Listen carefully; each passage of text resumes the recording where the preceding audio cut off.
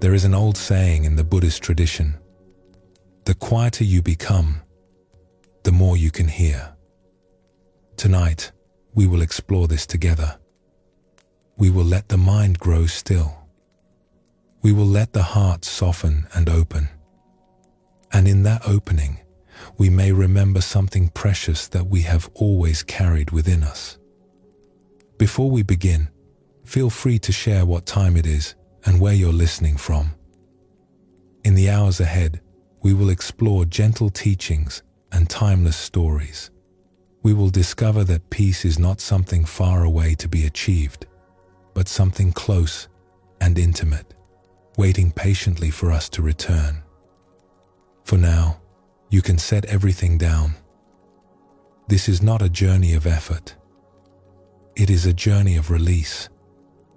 Like a river finding its way to the sea, we do not need to push. We only need to allow. So let your body settle into stillness. Let your breath find its own natural rhythm. And when you are ready, let us begin this journey together. There is a question that lives quietly in many hearts. It rises when we pause long enough to hear it. What is all this busyness for? Where are we rushing to with such urgency? And in all this doing, what have we forgotten? Most of us move through our days at a pace that leaves little room for stillness. We wake to alarms.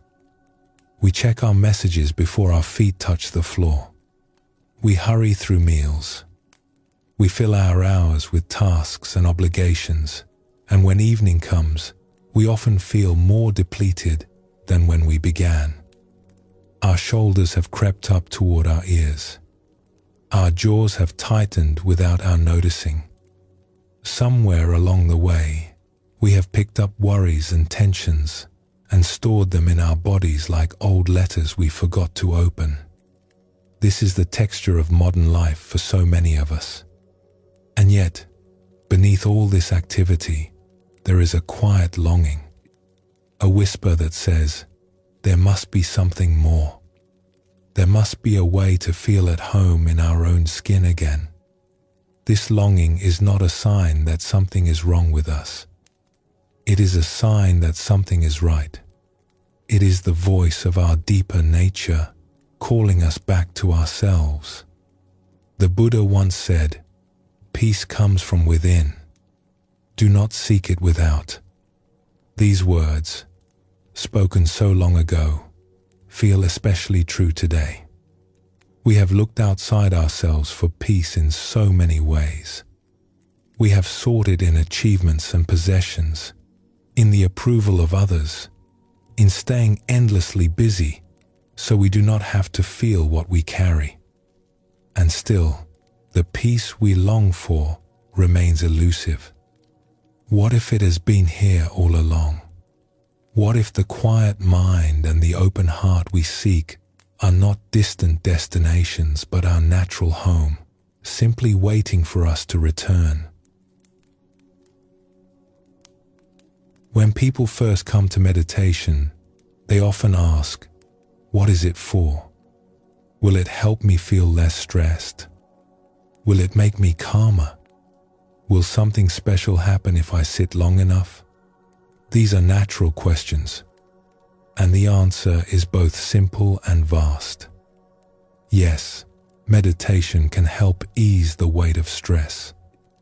Yes, it can bring moments of calm, but these are not its deepest gifts. The true invitation of meditation is something more profound. It is an invitation to come home to ourselves, to remember something essential that we have always carried but somehow forgotten in the busyness of our days. There is an innate wisdom within each of us.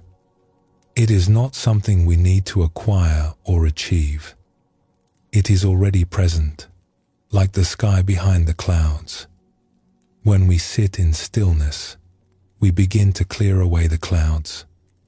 We begin to remember what has been true all along. The Buddhist tradition speaks of this as our true nature or our original mind. It is the part of us that existed before we learned to be anxious, before we accumulated all our worries and identities and fears. It is peaceful. It is clear. It is infinitely kind. And it has never left us. We have only wandered away from it. Meditation is simply the practice of wandering back.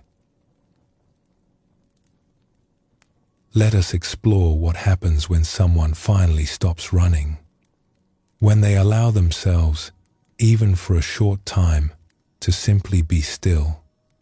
There is a retreat center nestled in gentle hills where people come to practice silence and meditation. Some come for a day, some come for a week or longer, and something remarkable happens as the days unfold. At first, when people sit down, there is a kind of settling. The body begins to release what it has been holding. Those shoulders that were so tense begin to soften. That tightness in the jaw begins to ease. It is as though the body has been waiting for permission to finally let go. A meditation teacher who has led many such retreats describes it this way. When we first arrive, we carry so much. We carry the complexity of our lives. We carry the unfinished tasks and the unspoken words. We carry the grief we have not had time to tend to, and the joy we have not had space to feel. It is all there, stored in our bodies, waiting. And then, in the silence, it begins to rise. Sometimes there are tears, not tears of sadness exactly, but tears of release. The grief that has been waiting patiently for attention finally has room to flow. The longing that has been pushed aside finally has space to breathe. This is not a breakdown. It is an opening. One woman who attended such a retreat spoke of her experience. "I did not know I was carrying so much," she said. "I thought I was fine. I thought I was handling everything. But when I finally stopped, I realized my body had been holding years of tension, years of things I had not let myself feel." She paused, searching for words. It was like taking off a heavy coat I did not know I was wearing. Layer after layer. And underneath, there was something lighter, something that felt like myself again. This is the gift of stillness. It allows us to unlayer, to set down what we have been carrying. And in that setting down, we begin to rediscover who we are beneath all the accumulated weight.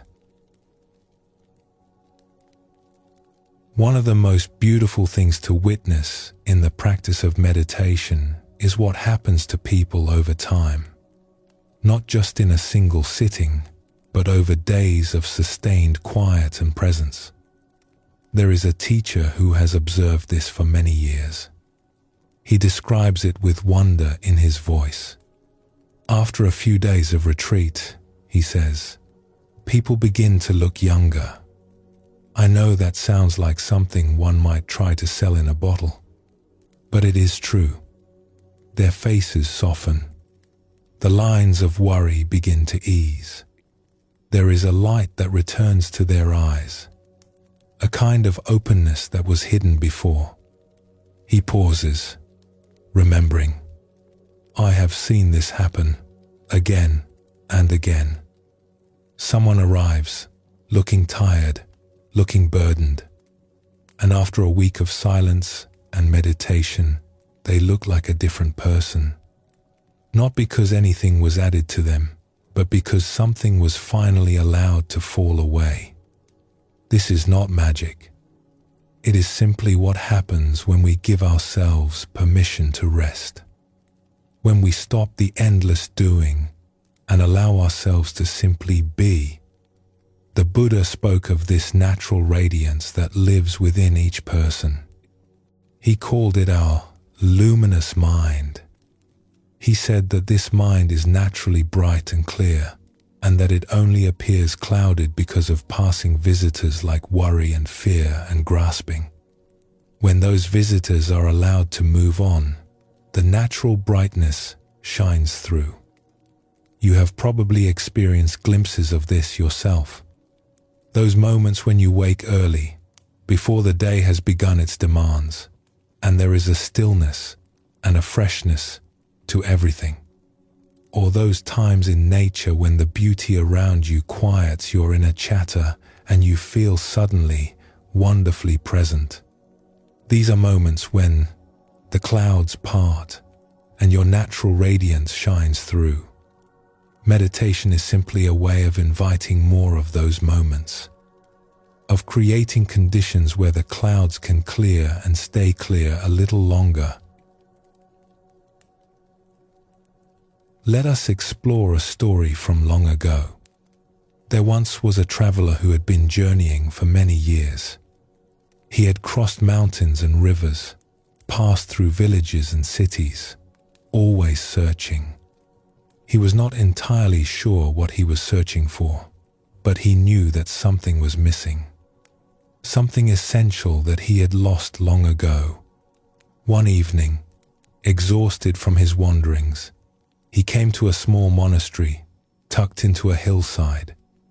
The monks there welcomed him with warm tea and a simple meal.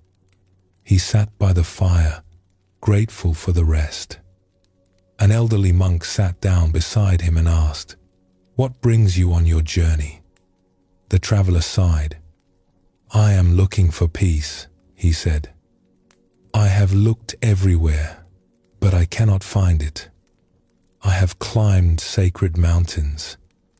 I have bathed in holy rivers. I have sought out teachers and studied their words. Still, the peace I seek remains beyond my reach." The old monk nodded slowly, his eyes full of kindness. "Tell me," he said, "in all your travels, where have you not looked?" The traveler considered the question. He had looked in temples and caves, in books and in rituals. He had looked in the faces of sages. He had looked in the beauty of sunsets and the stillness of forests. Where had he not looked? "I do not know," he finally admitted. The monk smiled gently. "Have you looked here?" he asked, placing his hand over the traveler's heart. "Have you been still long enough to look within?" The traveler felt something stir in his chest. "I have been so busy searching," he whispered. "I never thought to stop." "Then perhaps," the monk said, "your journey ends where it begins. Not somewhere far away, but right here. Right now, in the stillness of your own heart." The traveler stayed at the monastery for many months. He learned to sit in silence. He learned to let his busy mind settle like sediment in a still pond. And slowly, gently, he discovered what he had been seeking. It had never been lost at all. It had been waiting, patiently and tenderly, exactly where he was. When we finally allow ourselves to be still, something else begins to surface. The old teachings call it the unfinished business of the heart. These are the things we have not had time or space to feel. The sorrows we have postponed. The gratitude we have not expressed. The creative impulses that have been waiting in the wings. The words we never said to someone we loved. In the rush of daily life, these things get pushed aside. There is always something more urgent, more demanding. And so the unfinished business accumulates, like letters we meant to answer but never quite got to. When we sit in stillness, these things begin to rise. Not all at once, but gently, as the mind grows quiet enough to receive them.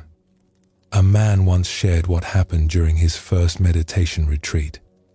"I had not cried in years," he said. "I thought I was just not a person who cried anymore. But on the third day of sitting, tears began to flow. I did not even know what they were for at first. And then I realized they were for everything, for all the beauty I had not paused to appreciate, for all the losses I had not taken time to grieve, for all the love I had not expressed." He shook his head in wonder.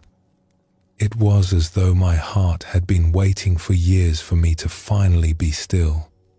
And when I was, it had so much to say. This is not something to fear. It is something to welcome. When the unfinished business of the heart is allowed to move through us, we become lighter, clearer, more present. We are no longer carrying the weight of all we have not felt." The Buddhist teacher Thich Nhat Hanh wrote, "The present moment is filled with joy and happiness. If you are attentive, you will see it. But to be truly attentive, we must first clear away what stands between us and the present. We must allow the old to move through so the new can arrive." There is a simple image that captures the essence of what happens when we sit in stillness. Imagine a pool of water that has been stirred and churned by wind and activity. The water is cloudy, full of sediment.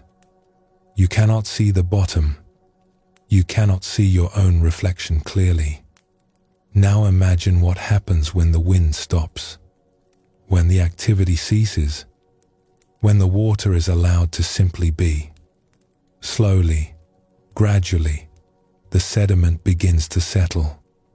The water grows clearer, and in time, you can see all the way to the bottom.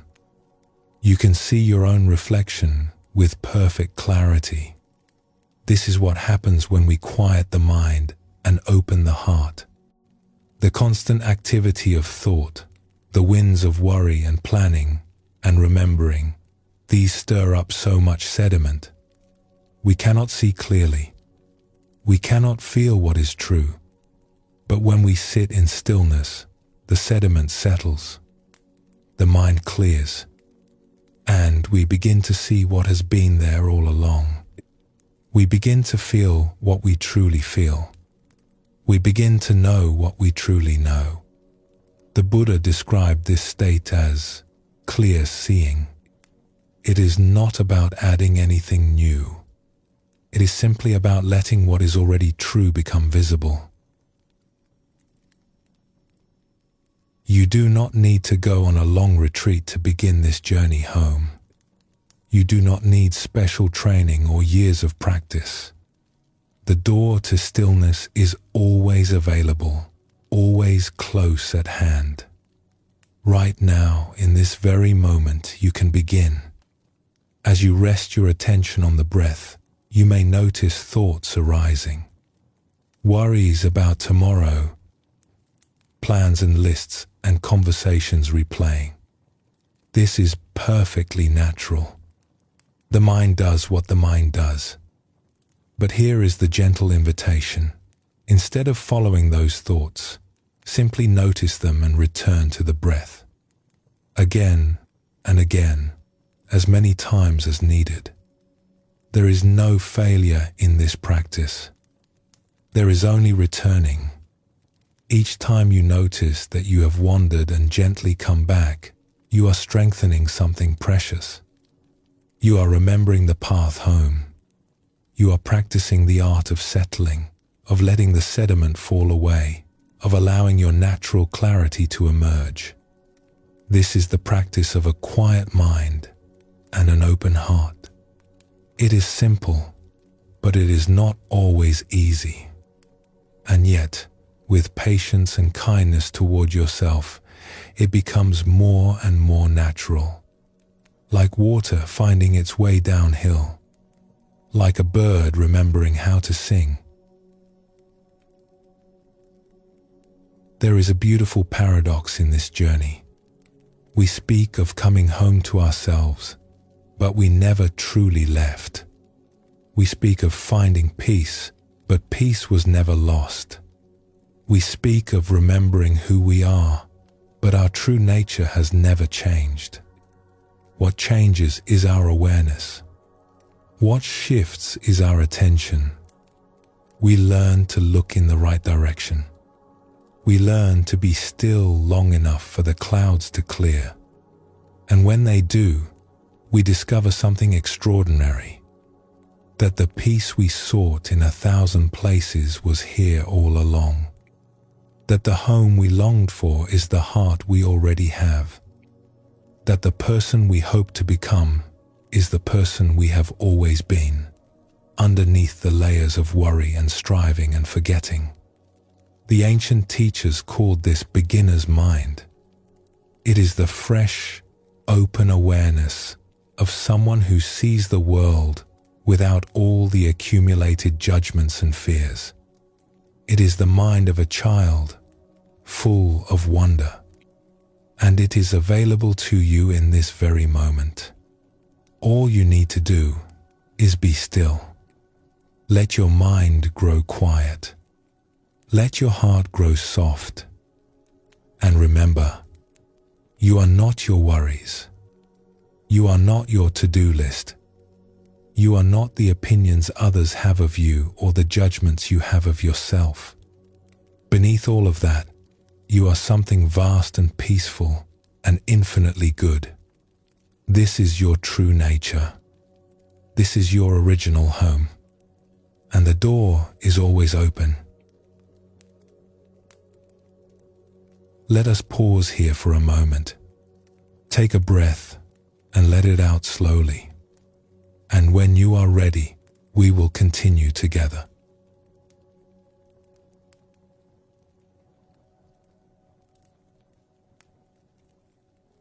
As the mind grows quiet and the heart begins to open, something else becomes possible. We begin to see differently, not just the world around us, but ourselves. And what we see may surprise us. Most of us carry a quiet suspicion that we are not quite enough. That if people really knew us, they would see our flaws, our failures, our secret fears. We compare ourselves to others and find ourselves lacking. We replay our mistakes and wince at the memory. We have assembled, over the years, a kind of case against ourselves. A long list of evidence for our unworthiness. But what if this is not the truth? What if the way we see ourselves is like looking at the sky and seeing only clouds, forgetting entirely about the vast blue expanse behind them? The ancient Buddhist texts begin with a remarkable phrase. When addressing those who come to learn, the teacher says, "O nobly born, O you who are the sons and daughters of the awakened ones, remember who you really are." These words are not flattery. They are not wishful thinking. They are an invitation to see past the clouds to what has always been true.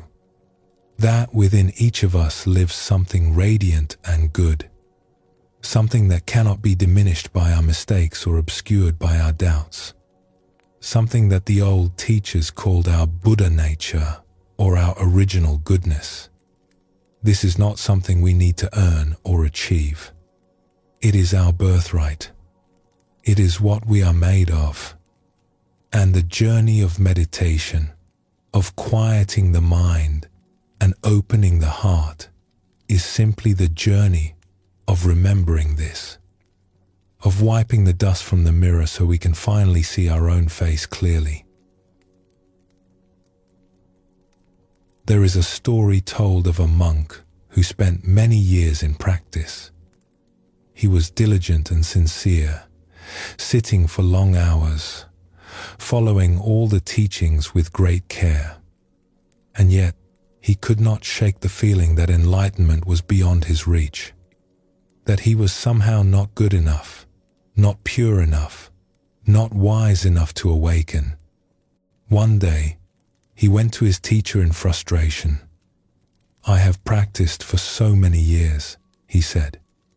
"I have followed every instruction, and still, I feel no closer to awakening than when I began. What am I doing wrong?" The teacher looked at him with great tenderness. "Come," she said. "Walk with me." They walked together through the monastery garden, past flowering trees and moss-covered stones. The teacher said nothing for a long while. Then she stopped beside a small pond. "Look into the water," she said. "What do you see?" The monk looked down. The surface of the pond was covered with fallen leaves and debris. "I see leaves," he said. "I cannot see the bottom." The teacher nodded. She knelt down and began gently clearing the leaves away, pushing them to the edges of the pond. Slowly, the water became clear. And there, at the bottom, something caught the light. The monk leaned closer and saw a small golden statue resting on the stones below. "That statue has been there all along," the teacher said. "It did not appear when I cleared the leaves. It was simply revealed. Your true nature is the same. It is not something you must create through practice. It is something you uncover. The leaves of doubt and striving and self-judgment have simply hidden it from your view." The monk stared at the golden form shimmering beneath the clear water, and something in him began to shift. "You have been searching for what you already possess," the teacher said softly. "You have been trying to become what you already are. Rest now. Let the leaves settle and see what has been waiting for you all along." This teaching appears again and again in the Buddhist tradition in different forms and different words because it is so easy to forget. We forget our goodness. We forget our radiance. We become convinced that we are small and flawed and lacking. The Buddha himself addressed this directly. He said that the mind in its natural state is luminous and pure. It is only the passing visitors of worry and craving and fear that make it appear otherwise. These visitors come and go, like clouds crossing the sky. But the sky itself remains vast and clear. Think of the times you have seen a young child at play, before they have learned to doubt themselves, before they have accumulated all the reasons to feel small. There is a brightness in their eyes, a freedom in their laughter, a complete unself-consciousness in the way they move through the world. This is not innocence that must be lost. It is original nature that can be remembered. You were that child once, and that brightness has not gone anywhere. It has simply been covered over by years of accumulation, years of being told who you should be, years of comparing yourself to impossible standards, years of forgetting. The quiet mind and the open heart are the way back, not to childhood exactly, but to something even more fundamental, to the luminous awareness that was present before any of the stories began. A contemplative writer once described a moment of profound seeing. He was in a crowded place, watching the people pass by. And suddenly, as if a veil had been lifted, he saw them differently. "It was as if I suddenly glimpsed the secret beauty of their hearts," he wrote. "The depth of their being where neither fear nor longing could touch the core of their reality. I saw the person that each one truly is, beneath all their struggles and masks and defenses." He paused in wonder at what he was witnessing. All these ordinary people going about their ordinary day. And yet, each one carrying within them something extraordinary. If only they could see themselves as they really are, he continued. If only we could see each other this way, there would be no more need for cruelty or greed. I suppose the problem would be that we would fall down and worship each other. This is not fantasy. This is clear seeing. This is what becomes possible when the mind grows quiet enough to perceive what is actually there. We spend so much energy defending ourselves, proving ourselves, trying to be worthy of love. And all the while, the worthiness is already present. The beauty is already shining. We are simply too busy and too clouded to notice. In some Eastern traditions, there is a beautiful way of greeting one another. When two people meet, they place their palms together and bow slightly. The word spoken is a form of the phrase, "I honor the divine within you." It means, I see who you really are. Not your job, or your status, or your accomplishments. Not your failures, or your fears. But the sacred presence that lives at your core. Imagine what it would be like to move through your day this way. To look at each person you encounter and silently acknowledge the radiance within them. The tired cashier at the store. The distracted driver in the next car. The family member who irritates you. Each one carrying within them something vast and luminous. Each one a Buddha in disguise. And imagine looking at yourself this way.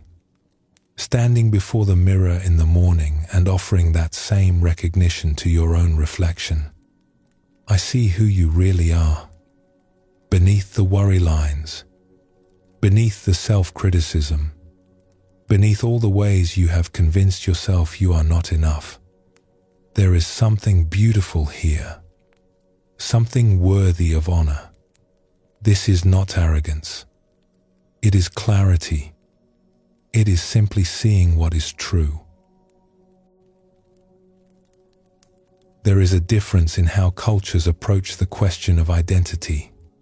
In some places, when you meet someone new, the first question is often about what they do for a living. We are so identified with our work, our roles, our productivity. We define ourselves by our usefulness. But in other traditions, the question is different. Instead of asking what someone does, they might ask what form of the sacred they are drawn to, what moves their heart, what they worship or wonder at. This tells you something much deeper about a person than their job title ever could. What would it be like to know yourself this way? Not as a collection of roles and responsibilities, but as a being with a particular way of experiencing the sacred. Not as a human doing, but as a human being. The roles we play are important. They help us function in the world, but they are not who we are. The parent, the worker, the friend, the citizen. These are costumes we wear for different occasions. Useful costumes. Necessary costumes. But costumes nonetheless. Beneath the costumes is something that does not change. Something that was present before you took on any role, and will remain when the roles fall away. This is your true nature. Your original face, as the Zen teachers call it. The face you had before you were born. Let us explore another story. There was once a merchant who traveled from village to village selling his wares. He was a good man, honest in his dealings, kind to those he met along the way. But he carried within him a secret heaviness. He believed himself to be ordinary, unremarkable, just a simple merchant doing his simple work. One evening, he stopped at a monastery to ask for shelter. The monks welcomed him warmly and offered him a meal. As he ate, an elderly teacher sat down beside him. "You seem weary," the teacher observed. "It is a long road," the merchant replied, "and I am no one special, just a traveler passing through." The teacher smiled. "Tell me," he said, "when you look at the moon, what do you see?" The merchant considered the question. "I see a bright light in the sky. Beautiful, I suppose, but ordinary. It rises every night." "And yet," the teacher said, "that ordinary moon illuminates the entire world. It guides travelers through darkness. It pulls the great tides of the ocean. It has inspired poets and lovers for thousands of years, all while simply being what it is." The merchant was quiet. "You call yourself ordinary," the teacher continued. "Just a simple merchant. But do you know the lives you have touched? The kindness you have shown without thinking? The light you carry without knowing?" The merchant felt something stir in his chest. "I have never thought of it that way." "The moon does not think about being the moon," the teacher said. "It simply shines. You do not need to become extraordinary. You need only to see clearly what you already are. The light is already present. You have simply been looking at the clouds instead of the source." The merchant stayed at the monastery for several days. He did not change his profession or abandon his life, but something in him had shifted. He returned to the road with the same cart and the same wares, but he no longer felt like no one special. He felt like the moon. This recognition of our true nature is not a one-time event. It is something we remember and forget, again and again throughout our lives. The clouds gather. We get lost in our worries and our busyness. We forget who we are. And then something breaks through. A moment of stillness. A glimpse of beauty. A kind word from a stranger. And we remember again. Oh yes, this is who I am. This is what I am made of. The practice of meditation supports this remembering. Each time we sit and allow the mind to grow quiet, we are clearing the leaves from the pond. We are parting the clouds to glimpse the sky. We are creating conditions for the truth to become visible. But the truth itself is always there. It does not depend on our practice. It does not require our belief. It simply is. The Buddha put it this way: you yourself, as much as anybody in the entire universe, deserve your love and affection.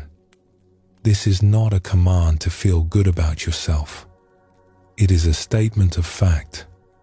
You are worthy of love not because of what you have done or what you might become. You are worthy because of what you are. And what you are is luminous. There is a tenderness that arises when we begin to see ourselves clearly, a softening toward our own struggles.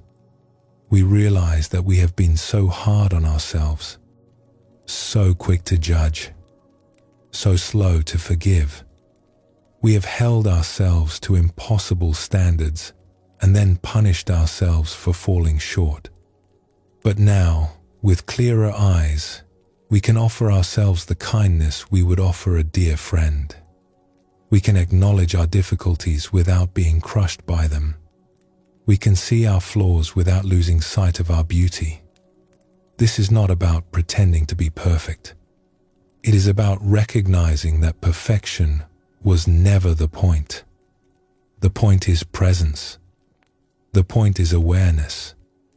The point is resting in the open heart that can hold all of our experience with tenderness. A Zen teacher once said, "You are perfect exactly as you are, and you could use a little improvement." This captures the beautiful paradox of the spiritual life. We are already whole, already complete, already radiant, and yet we continue to grow, continue to deepen, continue to clear away the accumulated debris that obscures our natural light. Both are true. We are already home, and we are still on the journey. We are already enlightened, and we are still waking up. This is not a contradiction. It is the nature of this mysterious human life. As you rest here, listening to these words, perhaps you can sense what they are pointing to, not as an idea to believe, but as a felt reality to recognize. Beneath your tiredness, there is something that is not tired. Beneath your worries, there is something that has never worried.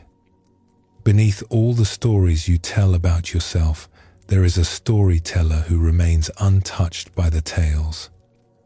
This is your secret beauty, your original goodness, your Buddha nature. It has been with you through every moment of your life, through your greatest joys and your deepest sorrows, through your proudest achievements and your most painful failures. It has never abandoned you. It has never judged you. It has simply waited with infinite patience for you to turn around and see it. And now, in this moment of stillness, perhaps you can glimpse, even for an instant, the radiance that lives at the center of your being, the light that no darkness can extinguish, the beauty that no flaw can diminish. You are not who you thought you were. You are so much more. Let us pause here for a moment. Feel the weight of your body. Notice the gentle rhythm of your breath. And when you are ready, we will continue together.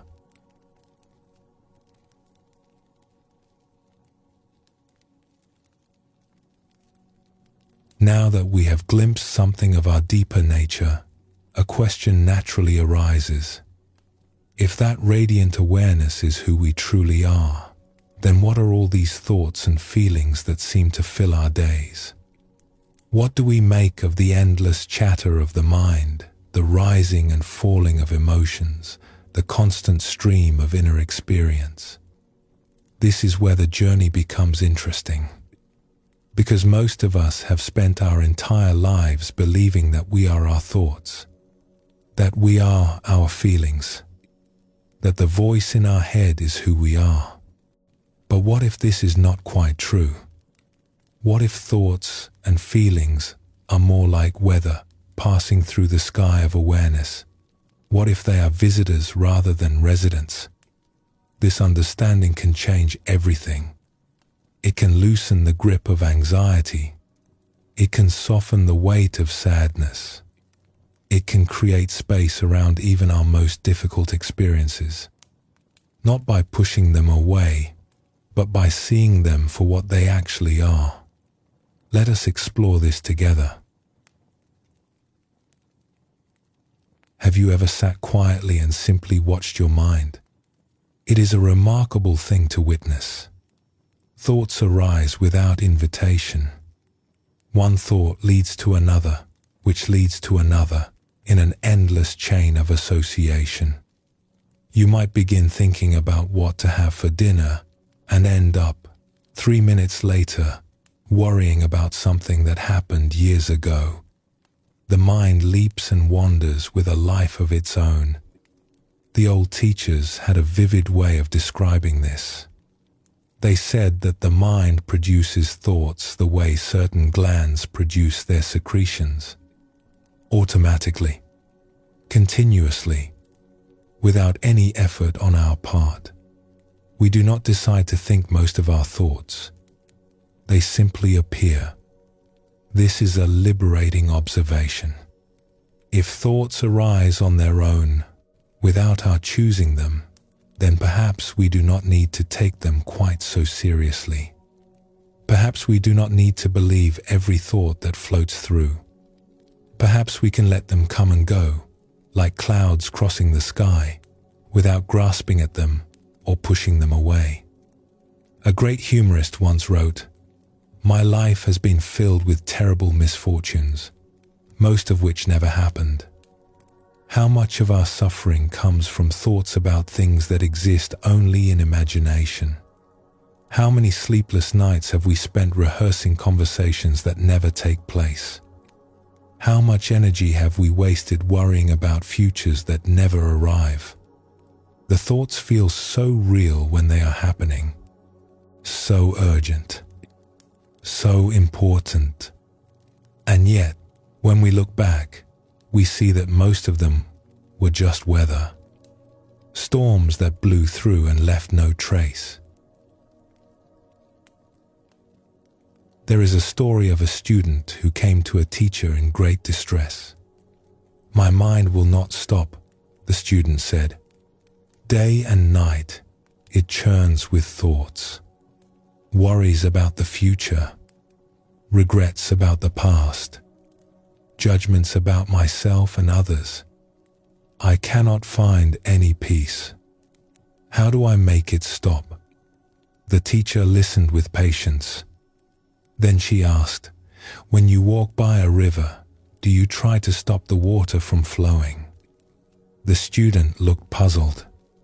"No, that would be impossible." "And when the wind blows, do you try to hold it still with your hands?" "Of course not." "Then why do you try to stop your thoughts?" The teacher asked gently. "The mind is like a river. Its nature is to flow. Thoughts arise and pass away, arise and pass away. This is simply what minds do." The student considered this. "But the thoughts cause me such suffering." "It is not the thoughts that cause suffering," the teacher said. "It is your belief in them. It is your grasping at them. The river does not suffer because water flows through it. You suffer because you stand in the river trying to hold on to each wave." She paused, letting the words settle. "What would happen if you simply stood on the bank and watched? What if you let the thoughts flow past without jumping in? They will still arise. They will still pass. But you will no longer be drowning in them."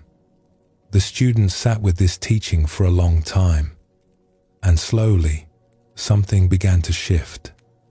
The thoughts did not stop, but his relationship to them changed. He learned to watch the river instead of trying to control it. And in that watching, he found a peace he had never known. The same is true of feelings. We have so many of them. Joy and sorrow, hope and fear, anger and tenderness, excitement and boredom. They rise up in us like weather, coloring our experience, shaping our days. If someone were to make a list of all the feelings a human being can experience, it would be remarkably long. Hundreds of distinct emotional states: affectionate and anxious, calm and curious, delighted and disappointed, grateful and grieving, hopeful and heartbroken, jealous and joyful. The list goes on, and throughout a single day, we might pass through dozens of these states. We wake feeling rested. Then we remember something difficult and feel a pang of worry. We see something beautiful and feel a moment of wonder. We encounter an obstacle and feel frustrated. We connect with someone we love and feel warmth spreading through our chest. All of this is the natural movement of human experience. Feelings are not problems to be solved. They are weather to be felt. The difficulty comes when we believe that our feelings are who we are. When we say, "I am angry," instead of "anger is present." When we say, "I am afraid," instead of "fear is moving through me." This small shift in language points to something important. We are not our emotions. We are the awareness in which emotions arise and pass. Think of the sky. It is vast and open, holding everything within it. Clouds drift through. Sometimes they are light and wispy. Sometimes they are dark and heavy. Sometimes storms rage with thunder and lightning. But through it all, the sky remains unchanged. It is not disturbed by the weather that passes through it. It does not become the clouds. You are like the sky. Feelings are like the weather. They will come. They will go. Some will be pleasant. Some will be difficult. But you, the awareness that witnesses all of this, remain vast and open and fundamentally at peace. This does not mean we should ignore our feelings or push them away. Quite the opposite. When we know that we are the sky and not the clouds, we can actually allow the clouds to be there more fully. We can feel our sadness without being destroyed by it. We can feel our anger without being consumed by it. We can feel our fear without being paralyzed by it. The Buddha spoke of this as seeing things as they are, not as we wish they were or fear they might be, but as they actually are. Feelings arising, feelings passing, thoughts arising, thoughts passing. The whole show of human experience playing out against the backdrop of vast, unchanging awareness. There is another way we lose ourselves, and that is in the roles we play. We are parents and children, workers and friends, neighbors and citizens. We are professionals with titles and responsibilities. We are members of families and communities. These roles are necessary. They help us navigate the world. They give shape to our days. But sometimes we forget that we are not our roles. We become so identified with being a mother or a father that we cannot set the role down. We become so attached to our professional identity that we do not know who we are without it. Let us explore a story about this. There was once a woman who held an important position in her community. She was respected for her wisdom and her ability to solve problems. People came to her with their difficulties, and she helped them find their way. This was her role, and she played it well. But she began to notice something troubling. When she came home in the evening, she could not stop being the problem solver. Her children would share something from their day, and instead of simply listening, she would offer advice. Her partner would express a frustration, and she would immediately suggest solutions. She could not simply be present. She was always performing her role. One evening, her teenage daughter said something that stopped her cold. "I do not need you to fix anything," the girl said. "I just need you to be my mother." The woman felt the words land in her chest. She realized she had been hiding behind her competence, using her role as a shield, offering solutions because she did not know how to simply offer herself. That night, she sat quietly for a long time. She asked herself, "Who am I beneath this role? Who am I when I am not solving problems or giving advice? The question felt uncomfortable. She had been her role for so long that she was not sure what lay beneath it. But as she sat with the discomfort, something began to soften. She did not need to have an answer. She just needed to be willing to not know, to set down the costume, even for a moment, and see what remained. What she found surprised her.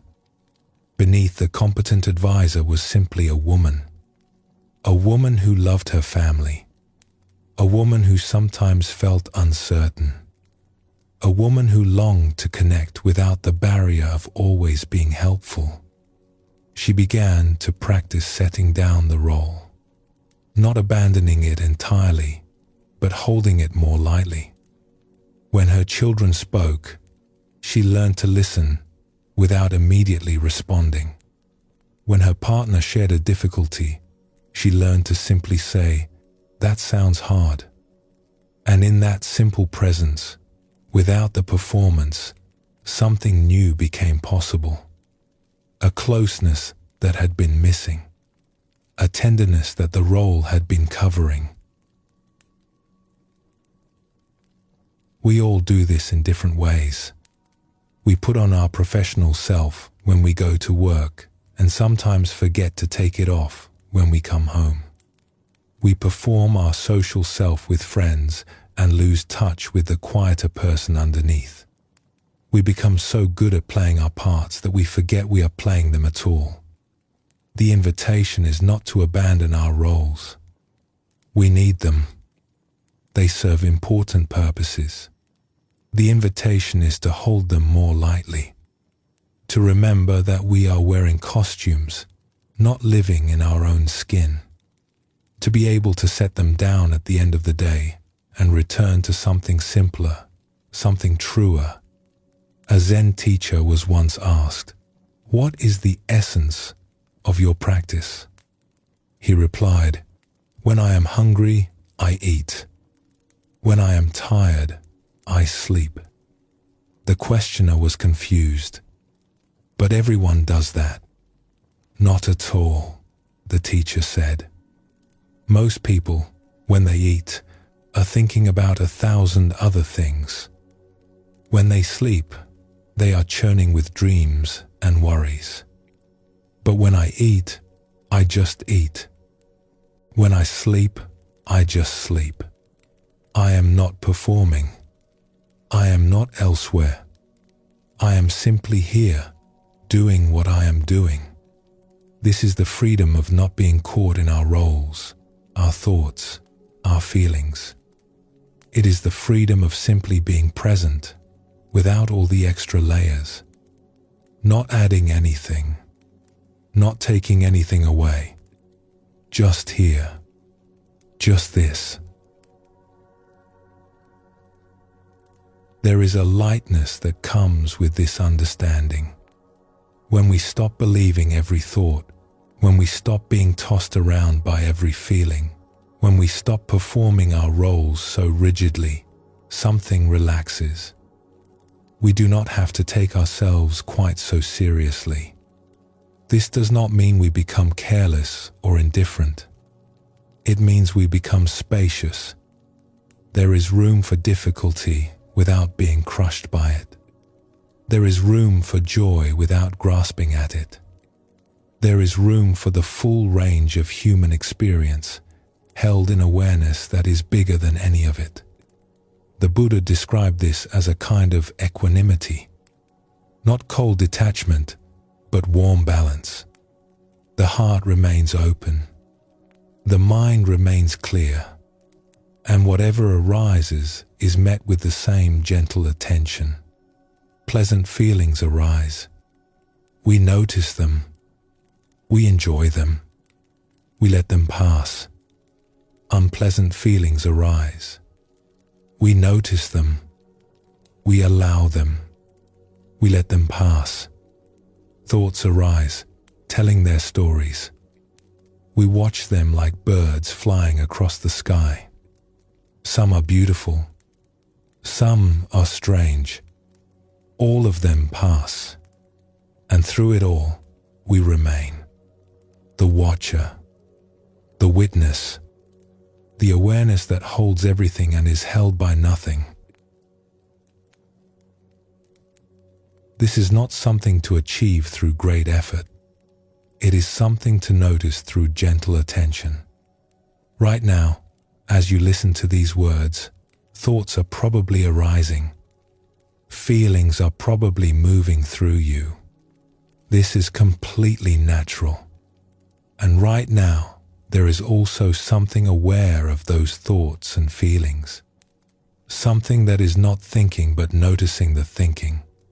Something that is not feeling but aware of the feeling.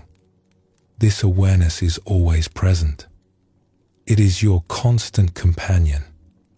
It has been with you through every experience of your life. You do not need to create it. You only need to recognize it, to rest in it, to let it become the ground from which you meet your life. When you live from this place, the river of thoughts and feelings continues to flow. But you are no longer drowning in it.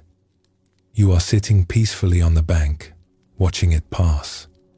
And in that watching, there is a profound ease. The mind chatters. The heart rises and falls. The roles come and go. And you, the awareness behind it all, remain. Quiet. Open. Free. Let us pause here for a moment. Notice the thoughts moving through your mind. Notice any feelings present in your body. And notice what is aware of them both. When you are ready, we will continue together.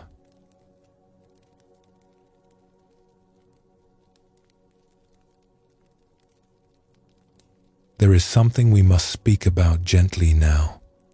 Something that touches every human life without exception. It is the presence of difficulty. The moments when things are not easy. The times when we ache or struggle or feel lost. We have been exploring the vast awareness that we are, the radiant nature beneath our thoughts and feelings. And yet, we live in bodies that know pain. We have hearts that know sorrow.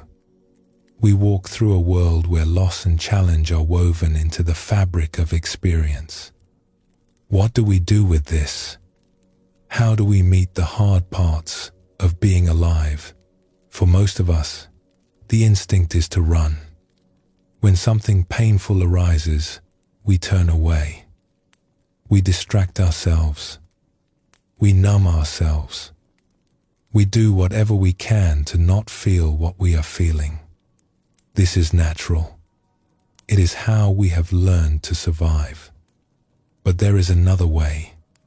A way that the old teachings speak of with great tenderness. It is the way of befriending what arises, of turning toward our difficulties instead of away from them, of discovering that what we resist often persists, while what we allow can transform. This is not about seeking out suffering or dwelling in pain. It is about meeting what is already here with a different quality of attention, with openness instead of resistance, with kindness instead of fear. A wise writer once described her experience of moving through a time of great difficulty. She had lost someone dear to her, and the grief was overwhelming. At first, she fought against it. She tried to hold herself together. She tried to push through, to be strong, to not let the sorrow overtake her. But the grief would not be pushed away. It kept rising, wave after wave, until she realized she could not outrun it. And then, something shifted. She stopped fighting. She allowed herself to be still. And she discovered something unexpected. When the pain is great, she wrote, go with the pain. Let it take you. Open your palms and your body to the pain. It comes in waves like a tide, and you must be open as a vessel lying on the beach, letting it fill you up and then retreating, leaving you empty and clear. She paused in her writing, searching for words to describe what she had learned. With a deep breath, as deep as the pain, one reaches a kind of inner freedom, as though the pain were not exactly yours but the body's. The spirit lays the body on the altar. This is a profound teaching. When we stop running from our pain and instead let it move through us, something shifts. We discover that we are bigger than what we suffer, that the awareness which holds our difficulty is not damaged by it, that there is a freedom available even in the midst of sorrow. We live in a time that is uncomfortable with difficulty. We are surrounded by messages telling us that we should always feel good, that happiness is the goal and anything else is a problem to be fixed. If we are sad, we should cheer up. If we are anxious, we should calm down. If we are grieving, we should move on. But this is not how the heart works. The heart has its own rhythms, its own seasons. There are times for joy and times for sorrow, times for lightness and times for depth. To deny any part of this is to deny our full humanity. In some ancient traditions, this was understood differently. There were cultures that honored grief as sacred. They recognized that when someone was moving through deep sorrow, something holy was happening. The heart was being broken open. The soul was being deepened.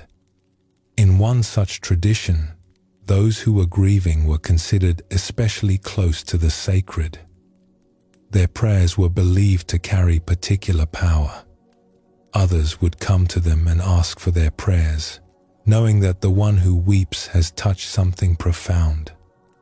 Imagine how different our relationship to difficulty would be if we held it this way, not as a failure or a weakness, but as a doorway, not as something to hide, but as something to honor. Let us explore a story. There was once a young man who lived in a small village at the foot of the mountains. He was strong and capable, admired by all who knew him. He could work longer than anyone else. He could carry heavier loads. He seemed untouched by the difficulties that burdened others. But one year, a great loss came to him. Someone he loved dearly was no longer with him. And for the first time in his life, he did not know how to go on. He tried to work through it. He pushed himself harder than ever, hoping that exhaustion would quiet the ache in his chest. But each night, when the work was done, the sorrow was waiting for him. He tried to ignore it. He filled his hours with activity, leaving no room for stillness. But the grief found him anyway, in unexpected moments, overwhelming him with its weight. Finally, in desperation, he climbed into the mountains to visit an old hermit who was known for her wisdom. "I cannot bear this pain," he told her. "I have tried everything to escape it. Nothing works. How do I make it stop?" The hermit looked at him with eyes full of compassion. She did not answer right away. Instead, she walked to the stream that ran beside her small hut and knelt at its edge. "Come," she said. "Put your hands in the water." The young man knelt beside her and placed his hands in the cold stream. "Now," she said, "try to hold the water still." He tried. He cupped his hands and squeezed, attempting to stop the flow. But the water slipped through his fingers no matter what he did. "You see," the hermit said gently, "the water will not be held. It can only be allowed to flow." Your grief is the same. You cannot stop it by grasping. You cannot control it by fighting. You can only let it move through you. The young man's eyes filled with tears. But it hurts so much. Yes, she said. It does. And that is not a problem. That is love. The pain you feel is the measure of how deeply you have loved. Would you trade that love to escape this pain? He was quiet for a long moment. No, he finally whispered. No, I would not. Then let the water flow, she said. Let yourself weep when you need to weep. Let yourself ache when you need to ache. Do not run from your heart. Your heart knows what it is doing. Trust it. The young man stayed with the hermit for several days. He did not try to escape his grief anymore. He let it come when it came. He wept by the stream. He sat in silence beneath the trees. And slowly, something began to shift. The pain did not disappear, but it became softer somehow, less like a wound and more like a companion. He began to understand that his grief was not his enemy. It was part of him, part of his love, part of being fully alive. When he returned to the village, he was changed. Not harder, but deeper. Not closed off, but more open.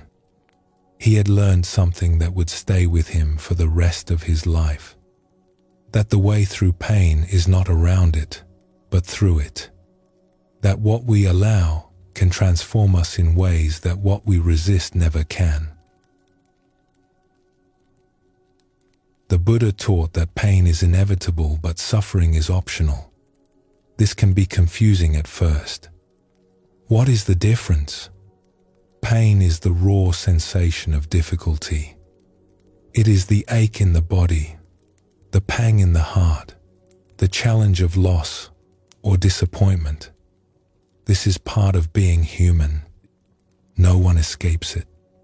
Not the wealthy or the poor, the wise or the foolish. Pain comes to all. Suffering is what we add to pain. It is the resistance, the wishing things were different, the story that this should not be happening. It is the running and the fighting and the clenching against what is. When we resist pain, we create suffering. When we allow pain, we experience only pain. And pain, allowed to move through us, eventually passes. Like the tide, it fills us and then retreats, leaving us empty and clear. This is not easy. We have spent a lifetime learning to resist, to brace ourselves, to armor our hearts. But the armor that protects us also imprisons us. It keeps out the pain, but it also keeps out the joy. It makes us smaller, more guarded, less alive. The invitation is to soften, to let the armor down, even just a little, to discover that we can feel our pain without being destroyed by it, that our hearts are stronger than we imagined, that the openness we fear is actually the doorway to freedom. There is a practice that some traditions call breathing with. It is very simple. When something difficult arises, instead of turning away, we turn toward. We notice where we feel it in the body, the tightness in the chest, the heaviness in the belly, the ache in the throat, and we simply breathe with it. We do not try to fix it or change it or make it go away. We just stay present. Breathing in, we acknowledge what is here. Breathing out, we offer it space. This is an act of tremendous kindness toward ourselves. We are saying, I will not abandon you. I will not run from you. I will stay here with you in this difficulty for as long as you need me. And something remarkable happens when we do this. The difficulty begins to change, not because we forced it to change, but because we gave it room to move.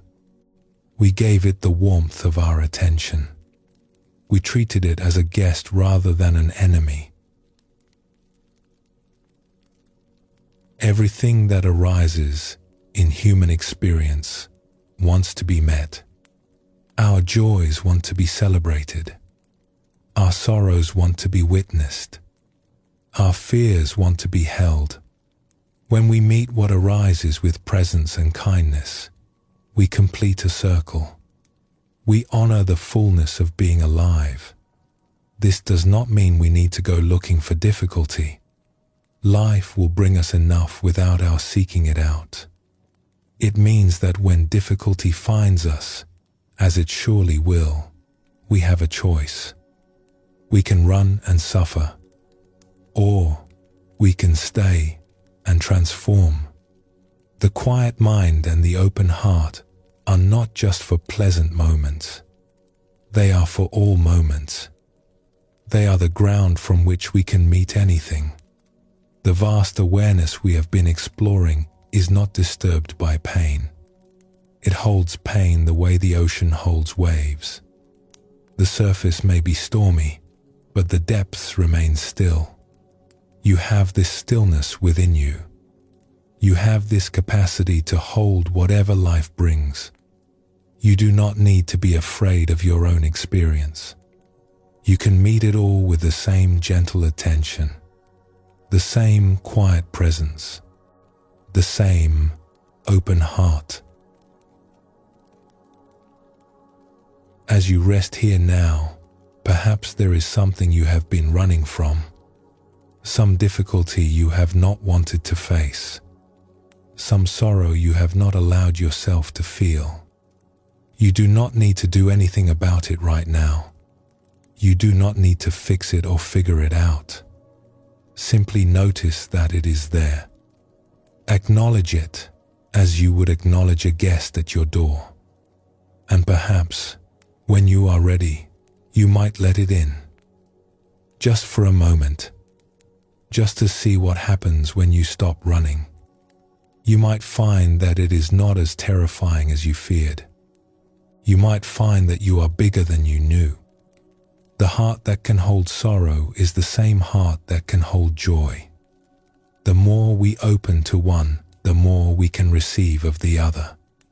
This is the great secret of being human. That our wounds become our wisdom. That our breaking becomes our opening. That what we thought would destroy us can become the very thing that sets us free. Let us pause here for a moment. Take a breath. Let it out slowly. Feel whatever is present without needing to change it. And when you are ready, we will continue together.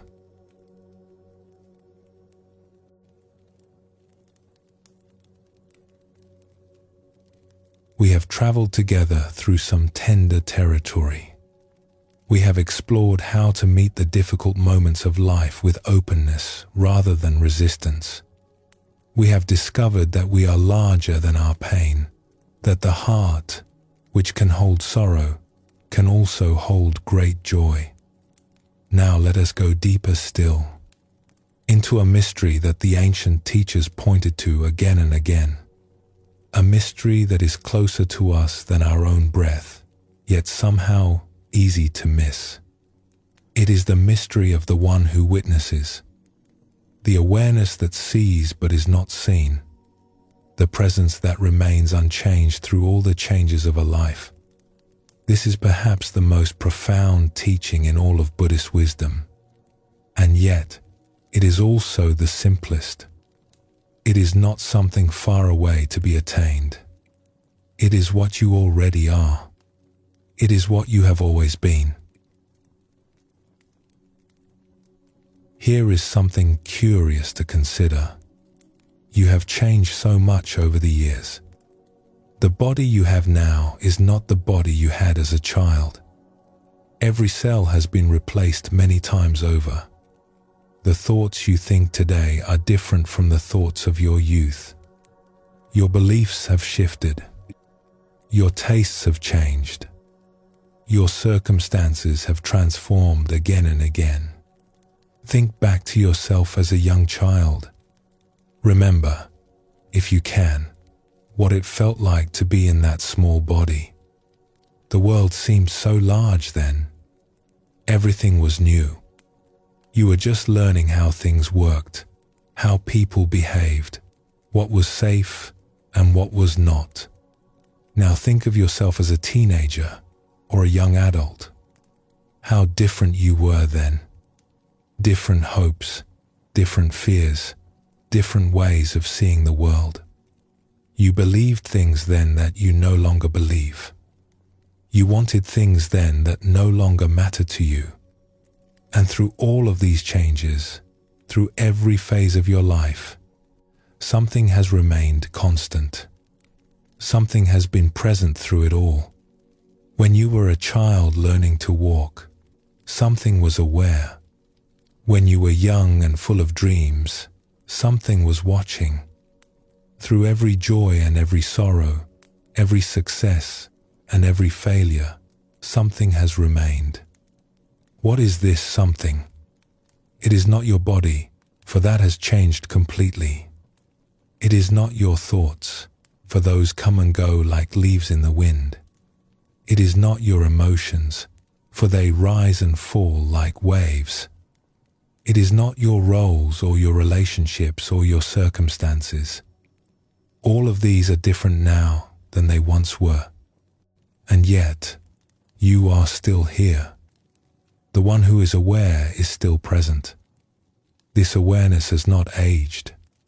It has not been damaged by your experiences.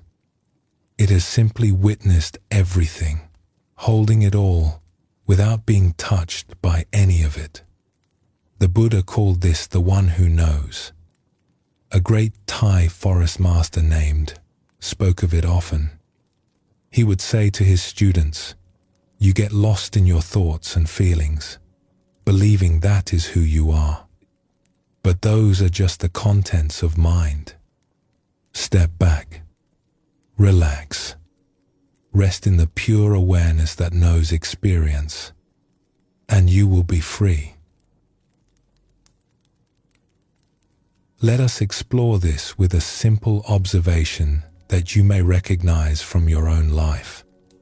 Think of the last time you looked in a mirror. Perhaps this morning or yesterday, you saw a face looking back at you. A face that has changed over the years. Lines that were not there before. Hair that has shifted in color or amount. The marks of time upon the body. And yet, did you feel older on the inside? Most people, when asked this question, say something interesting. They say that when they look in the mirror, they can see that the body has aged. But something in them does not feel old at all. There is a part of them that feels the same as it always has. A part that looks out through the eyes and thinks, well, the body is getting older. How curious. This is a direct glimpse of what we are pointing to. The body exists in time. It is born, it ages, it changes. But the awareness that perceives the body is not in time in the same way. It is timeless. It watches the changes from a place that does not change. You have probably felt this without having words for it. That sense of being the same person you have always been, even as everything about you has transformed. That quiet continuity beneath all the discontinuity of life. The feeling that you are still, somehow, the same awareness that looked out at the world when you were 5 years old, and 10, and 20, and every age since. This is your true nature, not the changing body, not the passing thoughts, not the rising and falling emotions, but the awareness itself, the witness, the one who knows. There is a story told about the night of the Buddha's Great Awakening. It is one of the most important stories in all of Buddhist tradition, and it points directly to what we are exploring. The one who would become the Buddha had been seeking for many years. He had left behind a comfortable life to find the answer to a question that burned in his heart. Why do beings suffer? And is there a way to be free? He had tried every practice available in his time. He had studied with the greatest teachers. He had pushed his body to its limits through fasting and austerities. He had practiced concentration until his mind could rest in states of profound stillness for hours at a time. And still, the peace he sought remained elusive. He had glimpsed many things, learned many techniques, achieved many states, but none of them lasted. None of them touched the root of suffering. None of them brought the freedom he was looking for. Finally, exhausted from striving, he sat down beneath a great tree and made a simple vow. He would not rise from this spot until he had found what he was looking for. He would sit through the night, through whatever arose, until the truth became clear. As the evening deepened, he let go of all his techniques. He stopped trying to achieve anything. He simply sat, present and aware, letting everything be exactly as it was. The night was long. Many things arose in his mind. Memories, fears, temptations, doubts. The old stories say that he was visited by forces that tried to shake him from his seat, tried to convince him to give up, tried to distract him with pleasure and terrify him with threats. But he remained still. He did not grasp at anything. He did not push anything away. He simply witnessed. And in that witnessing, something began to shift. As his mind grew very still and very clear, he began to see the nature of experience itself with extraordinary precision. He saw that everything arises and passes away. Sensations in the body appear and dissolve. Feelings in the heart rise and fall. Thoughts in the mind emerge and vanish. All of it constantly changing, constantly moving, like a river that never stops flowing. He saw how beings become caught in this flow, how they grasp at pleasant experiences, trying to hold on to them, how they push away unpleasant experiences, trying to escape them, and how this grasping and pushing creates suffering, again and again, endlessly. He saw the patterns of cause and effect, how one thing leads to another, how suffering arises from confusion and craving, how it could cease when those causes are understood. And then, as the night moved toward dawn, he asked a question that changed everything. A question so simple and so profound that it cut through all his years of seeking. He asked, "To whom does all this happen? Who is it that experiences these sensations? Who is it that feels these emotions? Who is it that thinks these thoughts? Who is the one who has been searching all these years? Who is aware of all this arising and passing?" He turned his attention around, away from the contents of experience and toward the experiencer itself. Instead of looking at what was arising, he looked at who was aware of the arising. And in that turning, everything shifted. He discovered that the one who is aware cannot be found as an object. It is not a thing among other things. When he looked for the seer, he could not find anyone seeing. When he looked for the thinker, there was no one there. There was only seeing, only knowing, only awareness itself, vast and open, without center or edge.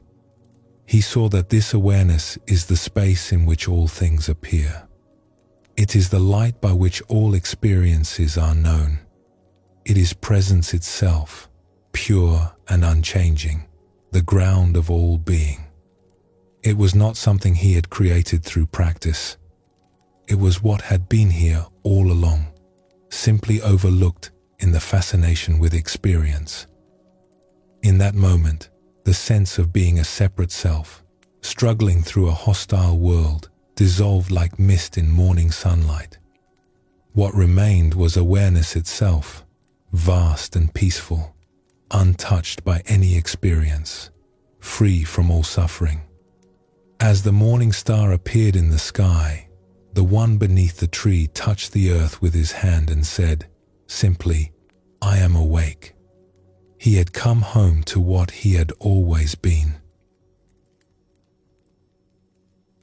There is a way of understanding this that might help bring it closer. Imagine sitting in a theater, watching a film. The film is compelling. There is drama and comedy, tragedy and triumph. You become absorbed in it. You forget that you are sitting in a seat. You forget that what you are watching is just light projected on a screen. You laugh with the characters. You weep with them. You feel their fear and their joy as if they were your own. This is how most of us live our lives. We are so absorbed in the drama of our experience that we forget we are the one watching. We identify completely with the characters on the screen, with all their struggles and triumphs, and we forget the deeper truth, that we are the awareness in which the whole show is appearing. But sometimes, something breaks the spell.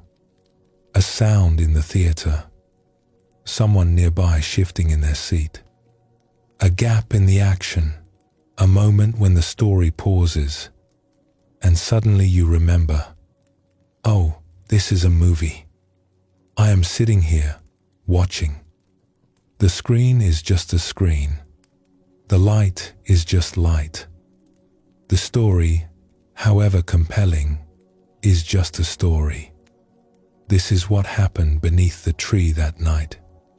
The one who sat there turned around, metaphorically speaking, and saw the projector.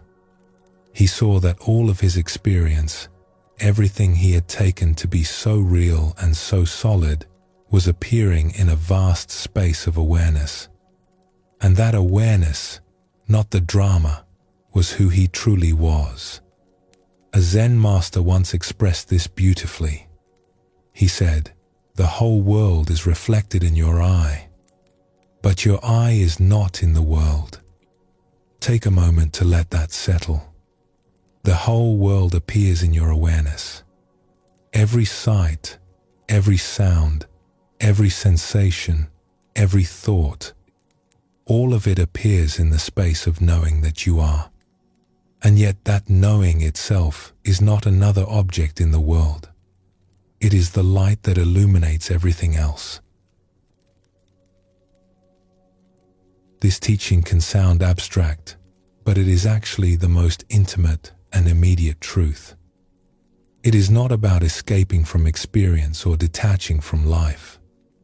It is about recognizing what is already the case. You are already awareness. You have always been awareness. You cannot become awareness because you cannot be anything else. The clouds may cover the sky, but the sky does not become the clouds. Thoughts may fill the mind, but awareness does not become the thoughts. Experiences may be pleasant or painful, beautiful or terrible, but the witness remains untouched, like a mirror that reflects everything but is marked by nothing. The Buddha spoke of this as the luminous mind that is naturally pure and bright.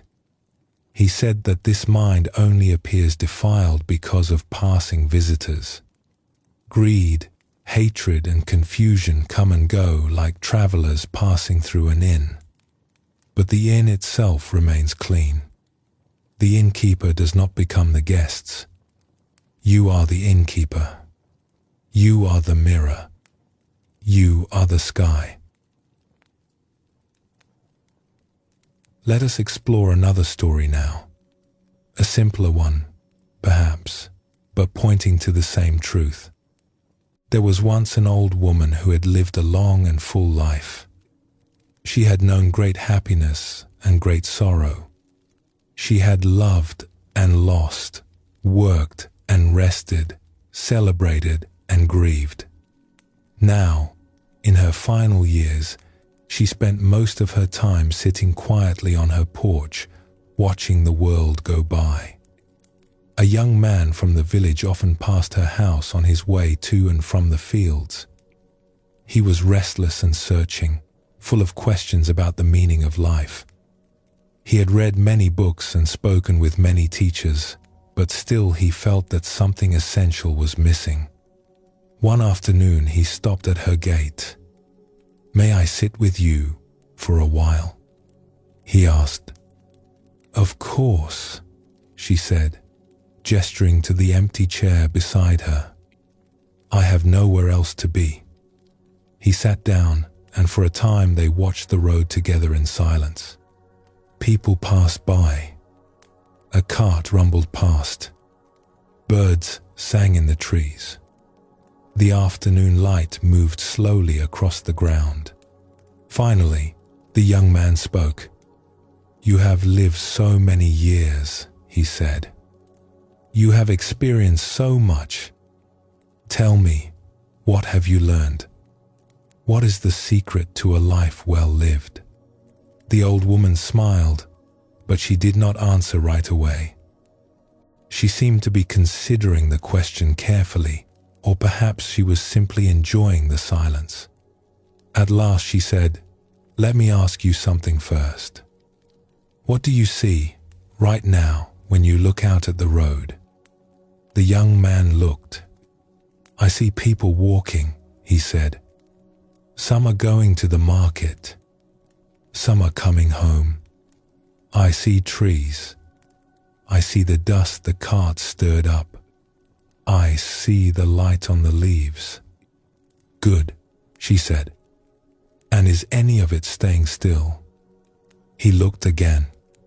"No, everything is moving. The people pass by. The dust settles. Even the light is changing as the sun moves." "Yes," she said. "That is the nature of things. Coming and going. Changing and moving. Nothing stays. Nothing remains." The young man nodded. This was something he already knew, at least in his mind. The impermanence of things. He had read about it many times. "Now," the old woman continued, "here is the question that matters. What is it that sees all of this? What is it that watches the coming and the going?" The young man paused. He had not considered this before. He looked out at the road, and then he turned his attention inward, toward the one who was looking. He tried to find it, to locate it, to understand what it was. "I do not know," he finally said. "I cannot find it. It is just awareness. Just seeing." The old woman's smile deepened. "Yes," she said. "Just awareness. Just seeing. And tell me, has this awareness changed since you sat down?" He considered. The light had changed. The people had changed. His thoughts had come and gone. But the awareness itself, no, he said slowly. "It is the same. And was it different this morning? Or yesterday? Or when you were a boy?" He sat with this question for a long moment. Memory after memory arose. Different times, different places, different versions of himself. And through all of them, something had remained constant. The awareness, the seeing, the simple fact of being present. "I do not think so," he said. "I think it has always been the same. That is what I have learnt," the old woman said, her voice soft. "Everything comes and goes. The body ages. The mind changes. Experiences arise and pass away, countless experiences over all these years. But the awareness does not come and go. It does not age. It is always here, always now, always fresh." She turned to look at him directly, her eyes bright. "You ask about a life well lived. Here is what I know. When you rest in the seeing, rather than getting lost in what is seen, there is peace. When you remember that you are the awareness and not just the passing show, there is freedom. This is not something to achieve at the end of a long life. It is available now, in this very moment, to anyone who turns and looks." The young man sat beside her in silence for a long while. The afternoon deepened. The shadows lengthened. And something in him began to settle, to quiet, to rest. He was not sure he fully understood what she had shared, but he felt it. He felt the stillness beneath the movement, the presence beneath the passing. He felt, perhaps for the first time, the simple fact of being aware, and how that awareness was not disturbed by anything that appeared within it. And he began to understand that what he had been seeking out in the world had been right here all along, closer than close, nearer than near. The one who was seeking was itself the treasure he sought. A great forest master had a beautiful way of expressing this.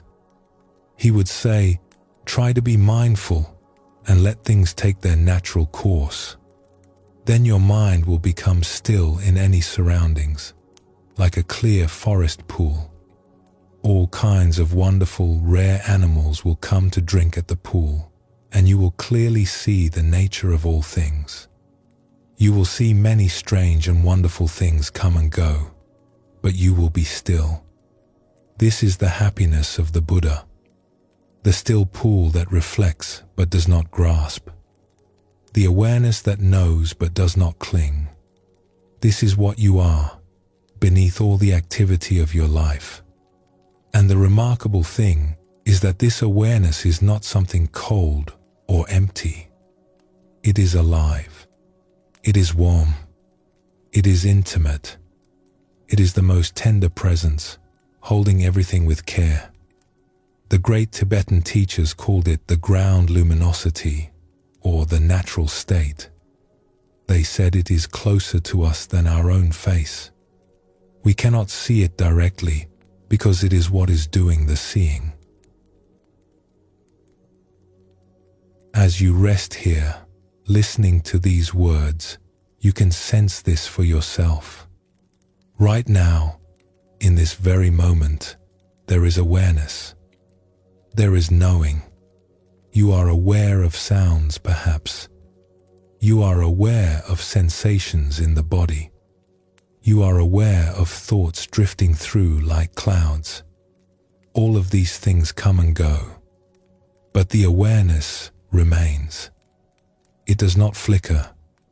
It does not waver. It is the constant in all the change, the stillness in all the movement, the peace in all the activity. You do not need to create this awareness. You cannot destroy it. You can only recognize it. You can only rest in it. You can only remember that this is what you are and have always been. The Buddha sat beneath a tree and discovered this. An old woman on her porch knows this. A child playing in the sunlight lives this, though they have no words for it. It is not far away. It is not difficult to reach. It is simply what remains when we stop looking elsewhere and turn our attention to what is already here. You are the timeless witness. You are the one who knows. Beyond all the changes of your life, beyond the coming and going of every experience, this awareness remains. It is your deepest nature, your truest home, and it is here, always here, patiently waiting for you to recognize it and rest. Let us pause here for a moment. Rest in the awareness that is listening to these words. Notice that it is always present, always still, always at peace. And when you are ready, we will continue together.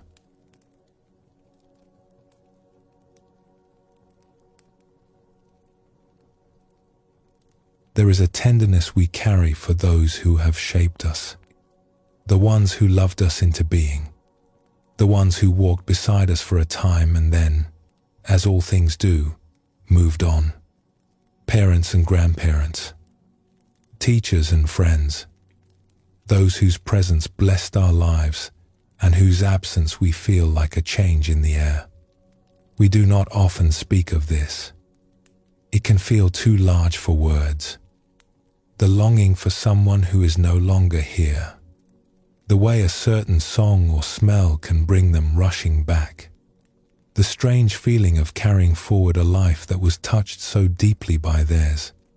Tonight, let us speak of it gently.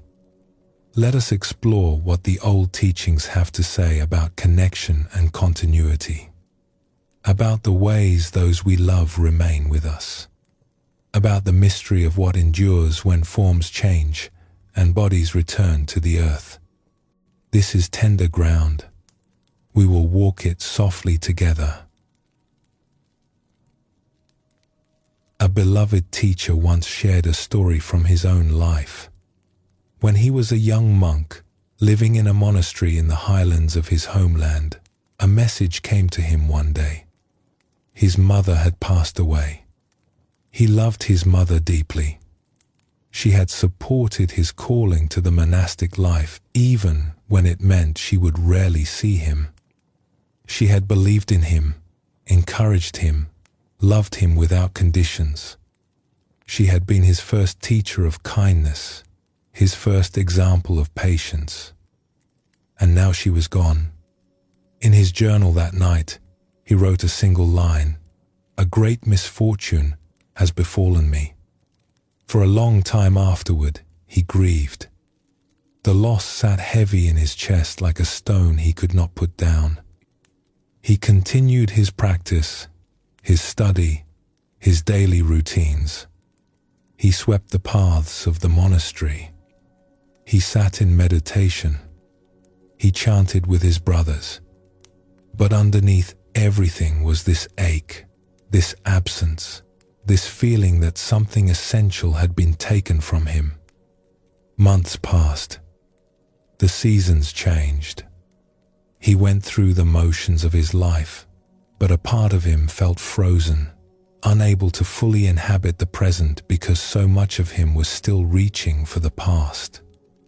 Then one night, something happened that changed everything.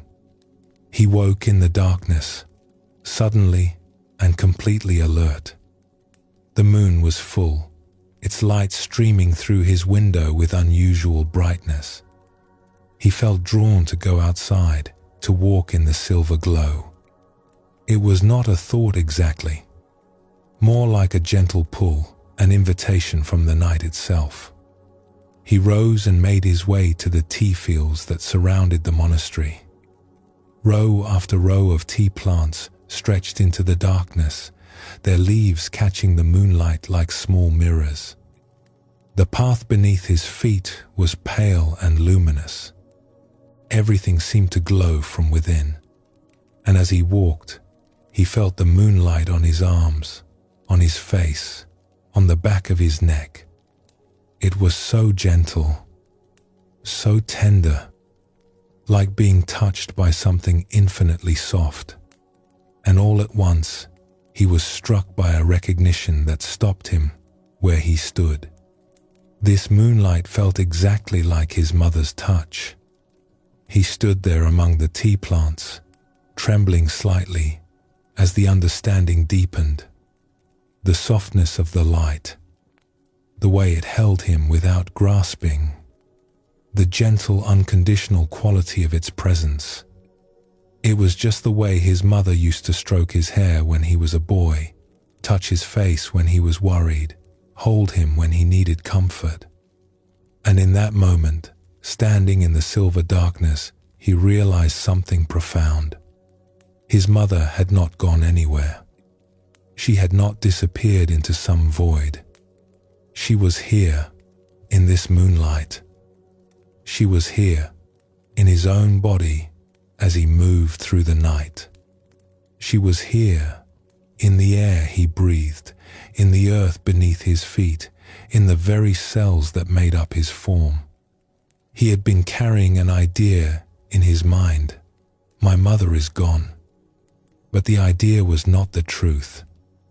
The truth was larger, more mysterious, more wonderful than any idea could contain. He began to walk again, slowly, feeling the moist earth beneath his feet. The night was cool and very still, and he noticed something else, something that deepened his understanding even further. These feet that touched the ground, were they only his? Or were they also his mother's feet? She had walked this earth for many years. Her mother before her had walked it. Her grandmother, her great-grandmother, generations upon generations stretching back through time beyond memory. They had all placed their feet upon the ground. They had all taken steps, one after another, making their way through their lives. And now, in some way he could feel but not fully explain, they were all walking together. All those feet, all those lives, continuing through him. "These are not my feet," he said softly to himself, his voice barely a whisper in the night air. "These are our feet." He walked for a long time that night, in communion with his mother, with all those who had come before. The grief did not vanish entirely. Perhaps it never would. But it transformed. It became something more spacious, more connected, more alive. It was no longer a wall between him and life. It became a doorway into a deeper understanding of what life truly is. Later, after many years of teaching, he would share this experience with thousands of students. He would say, "I realized that my mother had never died. I had only been carrying an idea of her death. But she was there with me in the moonlight. She was there in my body. She is here still, in every step I take." This teaching may seem strange at first. We are so accustomed to thinking of presence and absence as absolute opposites. Either someone is here or they are not. Either they exist or they have ceased to exist. Our minds want clear categories, definite boundaries. But the Buddhist understanding is more subtle, more fluid. The Buddha taught that nothing is created from nothing and nothing is destroyed into nothing. Everything is transformation. The cloud does not die when it becomes rain. It simply takes a new form. The rain does not die when it becomes river. It continues its journey. The river does not die when it becomes sea. It joins something larger. Forms change. Conditions shift. But the essence continues, taking new shapes, participating in new patterns. A Zen master once held up a piece of paper before his students. It was an ordinary piece of paper, thin and white, He asked them, "Can you see the cloud in this paper?" The students looked puzzled. Some of them squinted at the paper, as if a cloud might literally appear. Others thought it was a trick question. "Without cloud, there is no rain," the master explained patiently. "Without rain, the trees cannot grow. Without trees, there is no pulp. Without pulp, there is no paper. So the cloud is here, in this very sheet. It has not ceased to be. It has only become something else." He turned the paper in his hands, letting the light play across its surface. "And what else can you see? Can you see the sunshine that helped the tree grow? Can you see the logger who felled the tree, and his parents who raised him, and the food they ate, and the farmers who grew that food? Can you see the mill workers who made this paper, and the truck driver who transported it, and the merchant who sold it?" He smiled at his students. "The paper is made of non-paper elements. Everything that exists is made of everything that is not itself. Nothing exists by itself, alone and separate. Everything is with everything else. This is the teaching of interbeing. We are not separate, isolated beings who come into existence from nothing and then vanish into nothing. We are woven into the fabric of life itself. We are made of our ancestors, our teachers, our loved ones. They continue in us, as we will continue in those who come after. When you understand this deeply, something shifts in how you hold both life and loss.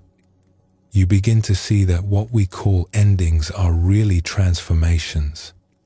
What we call goodbyes are really see you laters. The form changes, yes.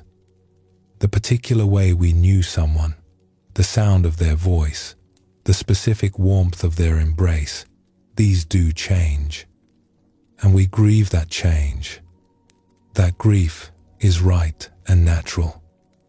But the essence, the love, the connection, the ways they have shaped us and become part of us, these do not end.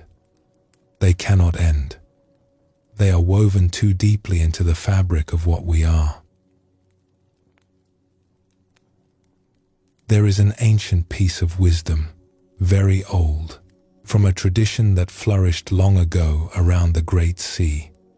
It offers a way of seeing that can help us hold the wholeness of a life. It says, "Imagine that you are not yet born. Feel yourself waiting in the darkness before form. Imagine that you are in the womb, growing toward light. Imagine that you are young, full of energy and possibility. Imagine that you are in the middle of life, with its joys and burdens. Imagine that you are old, with a lifetime gathered behind you like a long road traveled. Imagine that you have moved beyond this body, into the great mystery.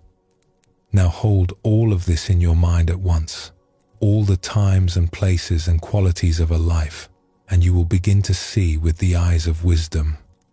This is an invitation to step outside our usual way of seeing.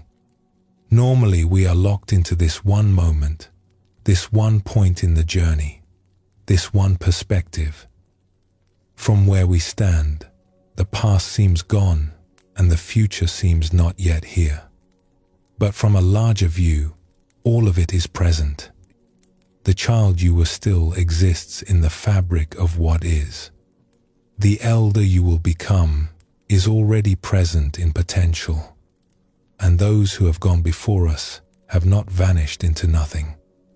They have simply moved into a dimension our eyes cannot currently reach. The teacher who walked in the moonlight came to understand this directly. He saw that what we call death is not an ending, but a continuation in a different form. His mother had not ceased to be. She had transformed. She had become the moonlight, the earth, the air, the very cells of his body that carried her forward into the future. I realized that I am life without boundaries, he later taught. I have never been born and I can never die. This is not a belief. It is something I have seen directly. The wave does not need to fear returning to the water, because the wave has always been water. Let us sit with another story now. There was a woman who had lost her father when she was young. He had been a gentle man, a gardener who spent his days tending flowers and vegetables. He spoke softly and laughed easily. He had rough hands from working in the soil, but those hands were always gentle when they touched her. He made her feel safe in a world that often felt uncertain. After he was gone, she carried a heaviness that never quite lifted. She went on with her life, of course. She grew up. She found work. She married and had children of her own. She found joys and weathered sorrows. But there was always this sadness beneath the surface. This longing for something she could never have again. This feeling that part of her had been left behind in childhood, in a garden that no longer existed. One spring, many years later, she was working in her own garden. She had taken up gardening herself without quite knowing why. It had started small, just a few pots on the windowsill. Then a small patch of herbs by the kitchen door. Then, gradually, a full garden that grew larger each year. Working with plants soothed her. It connected her to something she could not name. On this particular afternoon, she was kneeling in the dirt, planting seeds. The soil was dark and moist between her fingers. The air smelled of spring. She was so absorbed in what she was doing that she lost track of time. And then, without warning, she became aware of her hands. Really aware, as if seeing them for the first time. The way they moved through the soil. The way they held the tiny seeds with such care, such tenderness. The patience in them. The attention. The love. And she realized, with a start that made her catch her breath, that these were her father's hands. Not literally, of course. Her hands were her own. But the way they cupped the soil, the gentleness with which they placed each seed, the patience, the presence, the love for growing things, all of it had come from him. He had planted these qualities in her, just as surely as she was now planting seeds in the earth. She sat back on her heels, tears streaming down her face. But they were not tears of sorrow, or not only sorrow. They were tears of recognition, of reunion, of suddenly understanding something that had been true all along but hidden from her sight. "You are here," she whispered to the garden, to the air, to the seeds in the dark soil. "You have been here all along, and I did not see." She understood then that her father had never left her. He lived in her hands as they worked the soil. He lived in her patience, her gentleness, her love of growing things. He lived in the laughter she shared with her own children, in the way she made them feel safe, in the softness of her voice when she comforted them. She was his continuation, and he was her constant companion, woven into the very fabric of who she had become. From that day forward, the garden became a place of meeting for her. Whenever she worked in the soil, she felt her father's presence. Not as a ghost or a memory exactly, but as a living reality, continuing through her hands, her care, her patience. The heaviness she had carried for so long began to lift. not because the loss was less real, but because the connection had been restored. She understood, finally, what she had been doing all those years without knowing it. She had been keeping her father alive, not in some sentimental way, but in the most practical way possible, by embodying what he had taught her, by passing on the gifts he had given, by tending growing things with the same love he had shown. And she realized that this is what we all do, whether we know it or not. We carry forward those who have shaped us. We continue their stories. We extend their influence into the future through every choice we make, every kindness we show, every quality of theirs that lives on in us. The Buddha taught his followers not to grieve as those who have no understanding. He did not mean that we should not feel our losses. Grief is natural, even sacred. It is the heart's response to love meeting absence. To forbid grief would be to forbid love itself, and the Buddha never asked that of anyone. What he meant was that grief can be held in a larger understanding. We can weep for those we miss while also knowing that they have not truly vanished. We can feel the ache of absence while also sensing the presence that remains. Both can be true at once. The sorrow and the connection, the missing and the finding. There is comfort in this, though perhaps not the kind of comfort our grasping minds want. We want our loved ones back, exactly as they were. We want to hold them again, hear their voices again, see their faces across the table. This longing is so human, so understandable. It is the cry of love meeting the reality of change. But there is another kind of comfort available.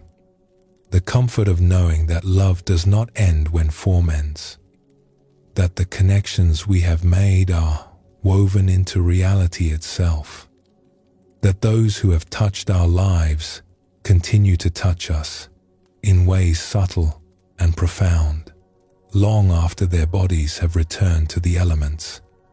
When you feel the sun on your face, who is to say that the warmth you feel is not also the warmth of everyone who ever loved you? When you move through your day with kindness, who is to say that kindness is not the living presence of those who taught you kindness? When you laugh, perhaps your grandmother is laughing through you. When you show patience, perhaps your father's patience is expressing itself in this new form. This is not wishful thinking. This is recognizing the truth of interbeing. Nothing is separate. Nothing is completely lost. Everything continues, transforming, interweaving, becoming. As you rest here, listening to these words, perhaps there is someone you carry in your heart, someone whose presence blessed your life, someone you miss. Know that they are not far. Know that the love you shared did not end. It has become part of you. It shapes how you see, how you feel, how you move through the world. In every act of kindness you perform, they are present. In every moment of tenderness, they continue. The moonlight that falls on sleeping faces is full of all the light that ever was. The breath you take is shared with all who have ever breathed. The heart that beats in your chest carries forward all the hearts that came before. You are never alone. You have never been alone. And those you love are always with you, walking beside you in the moonlight, placing their feet in your footsteps, continuing the journey that began long before any of us and will continue long after. This is the great comfort. Not that we will not feel loss. We will. But that loss is not the final word. Love is the final word. Connection is the final word. Continuation is the final word. Let us pause here for a moment. Breathe gently. Feel the air filling you, connecting you to all that breathes. And when you are ready, we will continue together.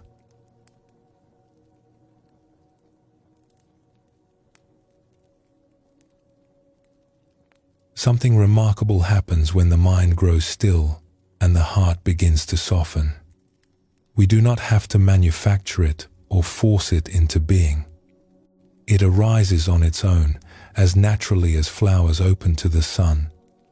It is compassion, not the effortful kind where we try to feel something we do not feel, not the dutiful kind where we remind ourselves that we should care about others, but a natural, spontaneous tenderness that wells up from within when the barriers come down, a warmth that extends outward without any sense of obligation, a feeling of kinship with all living things. This is one of the most beautiful discoveries along the path of quiet mind and open heart, that we do not need to become compassionate. We already are compassionate. It is our nature. It has simply been covered over by busyness, by self-protection, by the habits of separation that we have accumulated over the years. When those coverings are removed, compassion flows as naturally as water flows downhill. The Buddha spoke often of compassion. He called it one of the 4 divine abodes, the 4 qualities of an awakened heart. Along with loving kindness, sympathetic joy, and equanimity, compassion was seen as a natural expression of our deepest nature. But the Buddha did not ask his students to manufacture compassion through willpower. He knew that forced compassion is brittle, that it cannot sustain itself when conditions become difficult. Instead, he taught practices that clear away the obstacles to compassion. He taught his students to quiet the mind, to release the grip of self-centeredness, to see clearly the truth of interconnection. When these things happen, compassion arises on its own. It is not something we do. It is something we become, or more accurately, something we discover we have always been. There is a story told about the night of the Buddha's awakening that speaks to this. After he had seen through the illusion of the separate self, after he had realized the vast awareness that is our true nature, something else happened. Something unexpected. He looked out over the world with new eyes, and he saw beings everywhere struggling. He saw them wanting so desperately to be happy, yet doing the very things that caused them suffering. He saw them grasping at pleasures that could not satisfy, running from pains they could not escape, fighting wars that could not be won. He saw the whole vast pageant of human confusion, the endless cycles of longing and loss, and his heart broke open. There is something profound in this image. Here was someone who had just attained complete freedom. He had transcended suffering. He could have rested in peace, untouched by the troubles of the world. But he did not. He could not. Because awakening does not lead to indifference. It leads to love. When the illusion of separation dissolves, what remains is not coldness, but warmth. Not detachment, but intimacy. Not the absence of feeling, but the presence of feeling for all. Tears began to flow down his face. Not tears of despair, but tears of compassion. He felt the suffering of every being as if it were his own. The boundaries that had seemed to separate him from others had dissolved, and in that dissolution, he discovered that their pain was his pain. Their confusion was his confusion. Their longing for peace was his longing. He saw a mother losing her child and felt the ache in his own chest. He saw a man consumed by anger and felt the burning in his own heart. He saw creatures of every kind, struggling to survive, struggling to find happiness, and he loved them all. Not because he should, because he could not help it. Because that is what happens when the heart is truly open. The old stories say that where his tears touched the earth, a goddess was born. She was called the Mother of Compassion, and she embodied the infinite tenderness of the awakened heart. She became a symbol of the compassion that naturally arises when we see clearly, when we are no longer blinded by the illusion of separation. This story points to something important. Compassion is not a duty we must perform. It is a response that arises when we see truly, when we understand that we are not separate from others, that their suffering touches us because we are woven together in the fabric of life. Then compassion is as natural as breathing. A writer once described a moment when this understanding came to her suddenly and completely.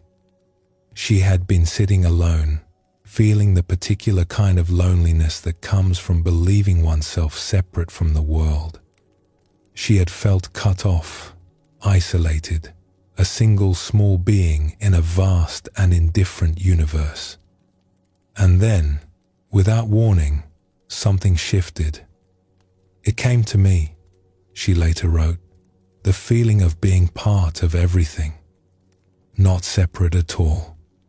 I knew that if I cut a tree, my arm would bleed. I laughed and I cried and I ran all around. I just knew what it was. When it happens, you cannot miss it.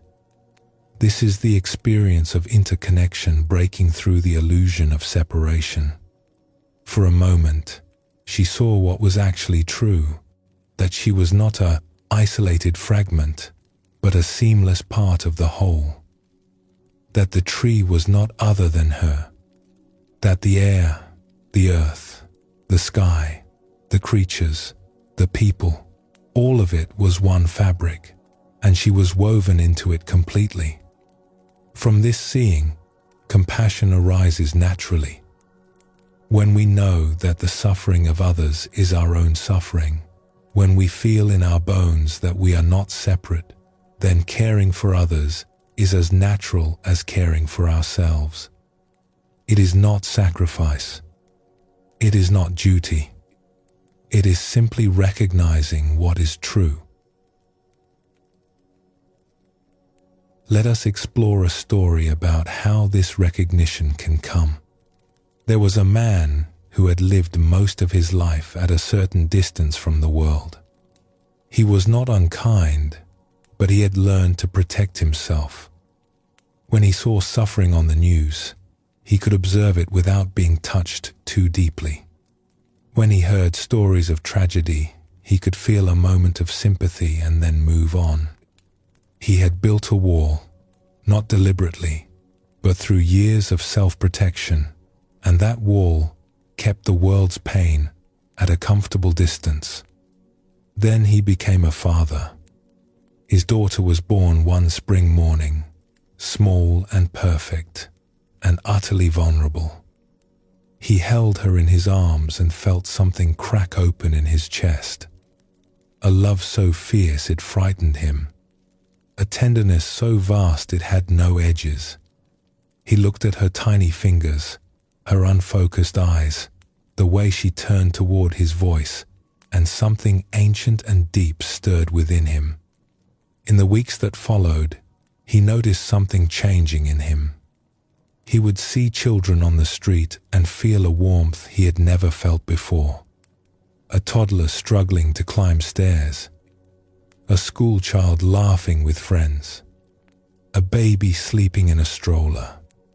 Each one touched him in a way children never had before. He would hear a baby crying in a store and feel his own heart respond, feel an urge to help, to comfort, to make things right. The wall he had built, that careful wall of self-protection, was crumbling, and he could not rebuild it even if he wanted to. One evening, he was watching the news while his daughter slept in the next room.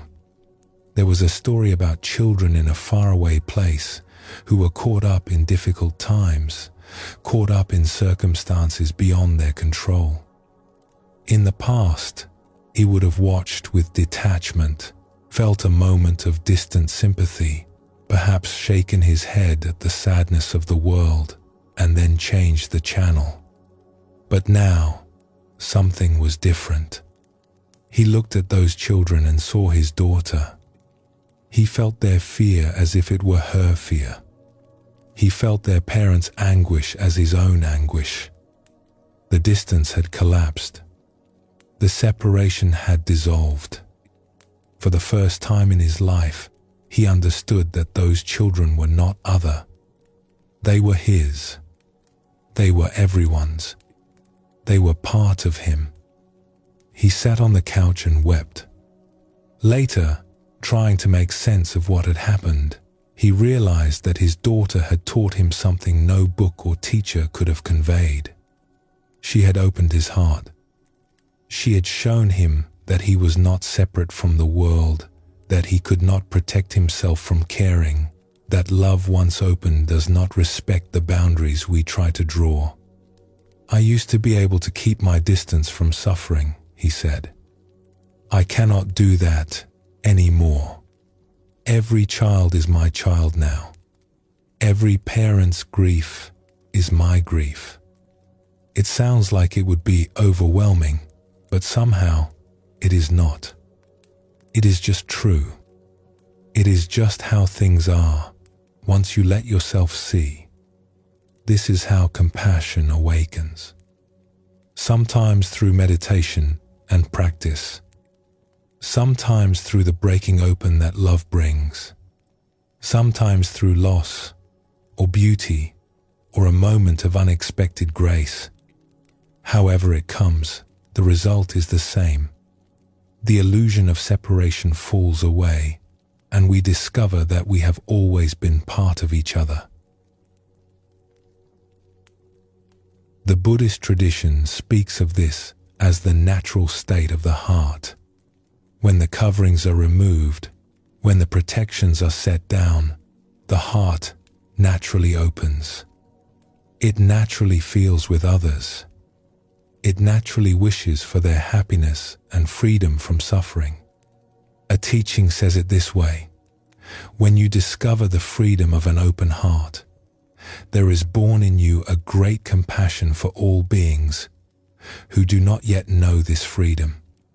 You will wish to help them, not out of obligation, but out of love.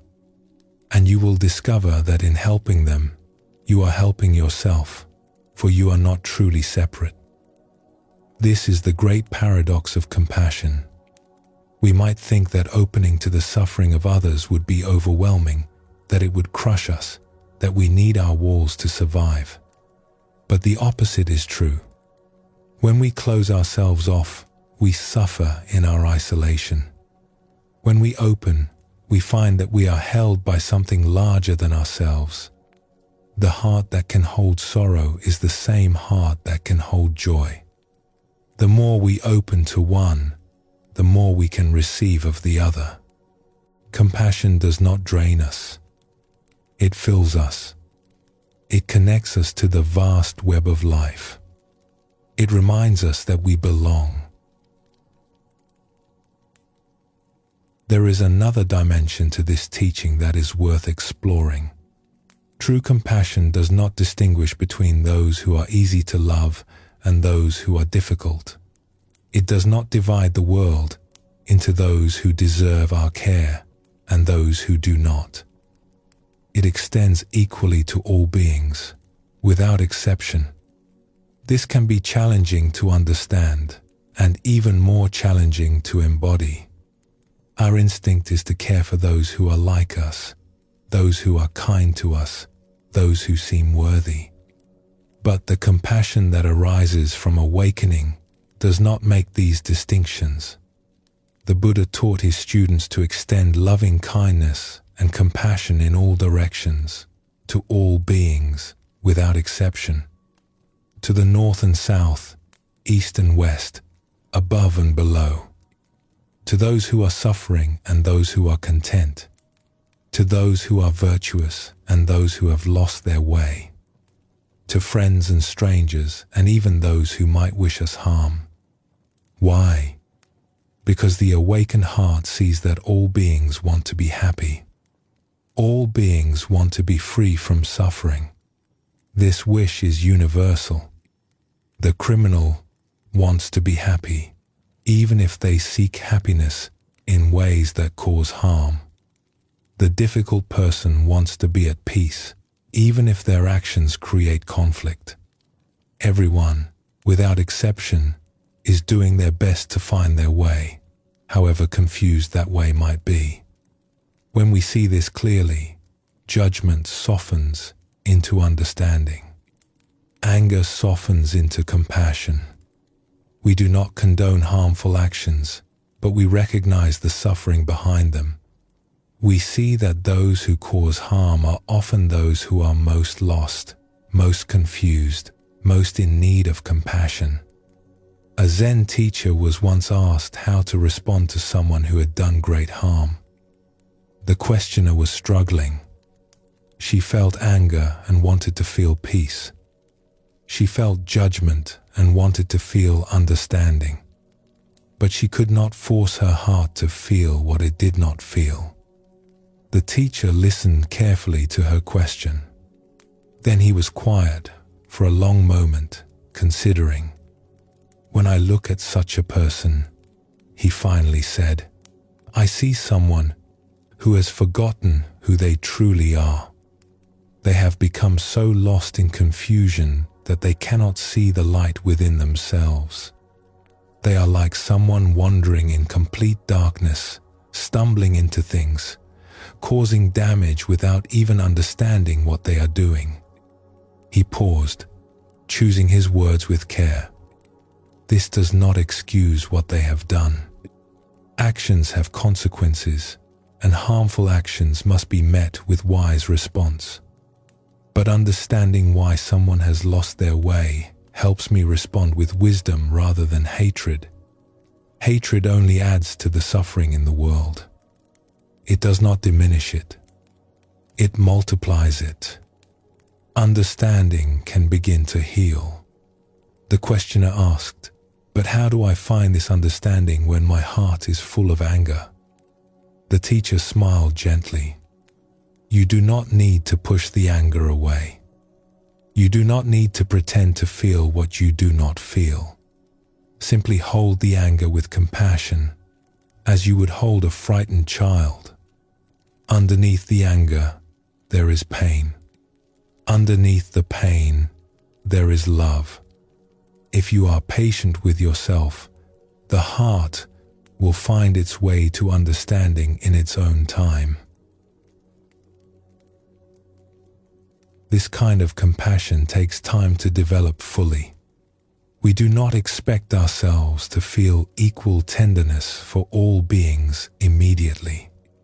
We start where we are, with those we naturally love, and we let that love teach us. A parent's love for a child, a friend's care for a friend, the warmth we feel for those who have been kind to us. These natural forms of compassion are our teachers. They show us what the heart is capable of. They reveal the tenderness that lives within us. And slowly, over time, as the heart continues to open, that tenderness expands. It begins to include more beings. First those we know, then strangers, then those we find difficult, and finally, perhaps, all beings everywhere. The Buddha described this expanding compassion as being like the sun. The sun does not choose whom to shine upon. It gives its light equally to all, without discrimination. The awakened heart is the same. It shines on all beings, wishing them well, wishing them freedom from suffering, wishing them happiness and peace. There is something important to say here about compassion and ourselves. Sometimes, when we hear teachings about compassion, we think only of extending it outward. We think of caring for others, helping others, relieving the suffering of others. And this is beautiful and important. But true compassion includes ourselves as well. We too are beings who want to be happy. We too are doing our best to find our way. We too deserve kindness and understanding. This can be surprisingly difficult for many of us. We are often much harder on ourselves than we would ever be on others. We speak to ourselves in ways we would never speak to a friend. We judge ourselves for falling short, for making mistakes, for being human. But if compassion is truly universal, if it extends to all beings without exception, then it must include this being right here. The one reading these words. The one who has struggled and stumbled and gotten back up again. The one who is doing their best, even when their best does not feel like enough. The Buddha said, "You yourself, as much as anybody in the entire universe, deserve your love and affection." These words are worth sitting with. You yourself, as much as anybody, not less than anybody, not after everybody else has been cared for, but as much as anybody, equal, included, deserving. This is not selfishness. It is recognizing that we are part of the whole. If we extend compassion to all beings but exclude ourselves, we have not understood the teaching. We have drawn a line and placed ourselves outside of it. We have said, in effect, that compassion applies to others but not to me. But there is no such line in the awakened heart. There is only compassion, extending in all directions, including the one who feels it. So as the heart opens, let it open to your own struggles as well. Let it hold your own confusion with tenderness. Let it wish you well, as genuinely as it wishes well for others. This is not a detour from the path. It is the path itself. As you rest here, perhaps you can sense this natural compassion within you. Not something you have to create, but something that is already present, waiting to be noticed. Think of someone you love. Feel the warmth that arises naturally when you bring them to mind. That warmth is compassion. It is already here, already flowing, already part of who you are. Now, gently, let that warmth expand a little. Let it include those you may not know personally but who are also living their lives, facing their challenges, doing their best. They too want to be happy. They too want to be free from suffering. They are not so different from you. And finally, let that warmth turn back toward yourself. You too are on this journey. You too deserve kindness. You too are held in the vast web of compassion that connects all life. This is not something to strain for. It is something to relax into. The heart knows how to love. We only need to get out of its way. Let us pause here for a moment. Feel whatever tenderness is present in you right now. Let it be, just as it is. And when you are ready, we will continue together.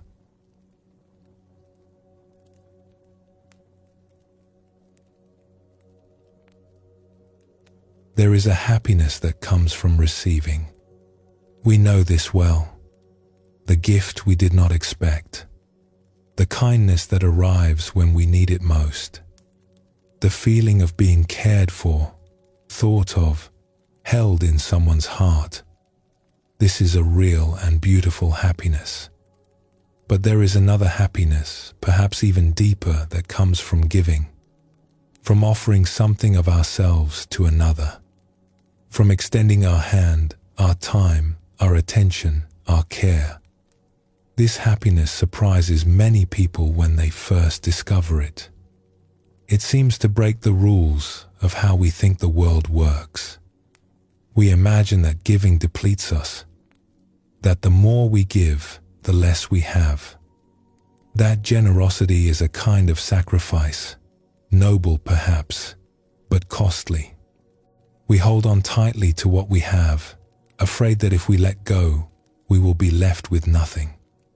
But the teachings of the Buddha point to something different. They suggest that generosity is not a loss, but a gain.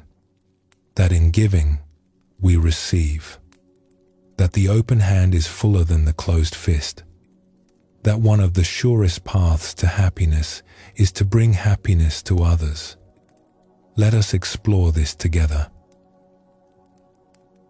The Buddha spoke often about generosity. He called it the first of the perfections, the foundation upon which all other spiritual qualities are built. Before meditation, before wisdom, before any of the higher attainments, there is generosity. It is where the path begins. Why would this be so? Why would something as simple as giving be placed at the very foundation of the spiritual life? Perhaps because generosity is the first crack in the armor of self-centeredness. When we give, we step outside the small world of me and mine. We acknowledge that others exist, that others matter, that we are connected in ways that make their well-being our concern. Generosity is the beginning of love made visible.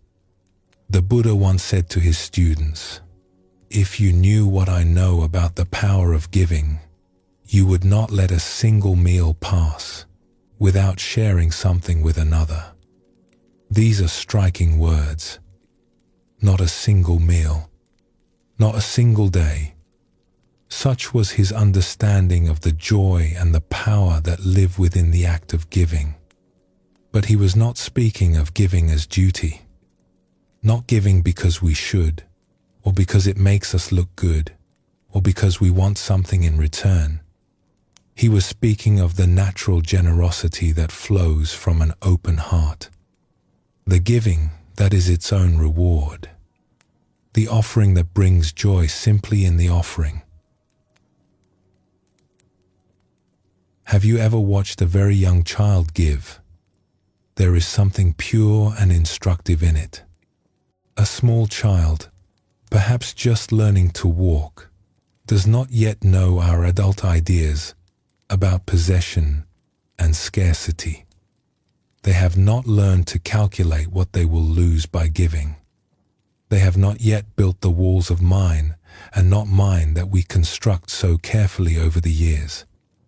They simply offer. A child might bring you their favorite toy, soggy from being chewed on, and place it in your hands with great seriousness. They look up at you with eyes full of expectation, waiting for you to receive their gift with the reverence it deserves. They might offer you a crumbled cracker from their snack, already half eaten, as if they were sharing a precious treasure. A wilted flower picked from the garden. A pebble they found especially beautiful. A bit of lint from the carpet that caught their attention. If you are outdoors together, the offerings multiply. A leaf, golden and perfect in their eyes. A stick that has some quality only they can perceive. A feather, or a bit of grass, or a dandelion gone to seed. Whatever treasure they have discovered, their first instinct is to share it with you. And they do this not because they have been taught that giving is virtuous, not because they expect something in return, not because they are trying to be good. They do it because it feels good, because sharing their joy multiplies it, because connection is as natural to them as breathing, because giving is what hearts do before we teach them to be afraid. A poet once wrote about this natural generosity of the very young. She described a 1-year-old who offers up her favorite blanket, drool-covered and worn soft from love. Her stuffed animal as big as she is, presented with ceremony. Her soggy cardboard book, the pages thick with handling. The child gives these things by way of introduction, or simply because. And if a moment later she wants them back, it is not because the giving was false. It is because the joy is in the giving itself, in the game that makes every gesture and every simple object a kind of offering. In the same way, the poet wrote, the sun drapes a golden scarf across your face. The rose opens herself to your glance. The rain shares its melancholy.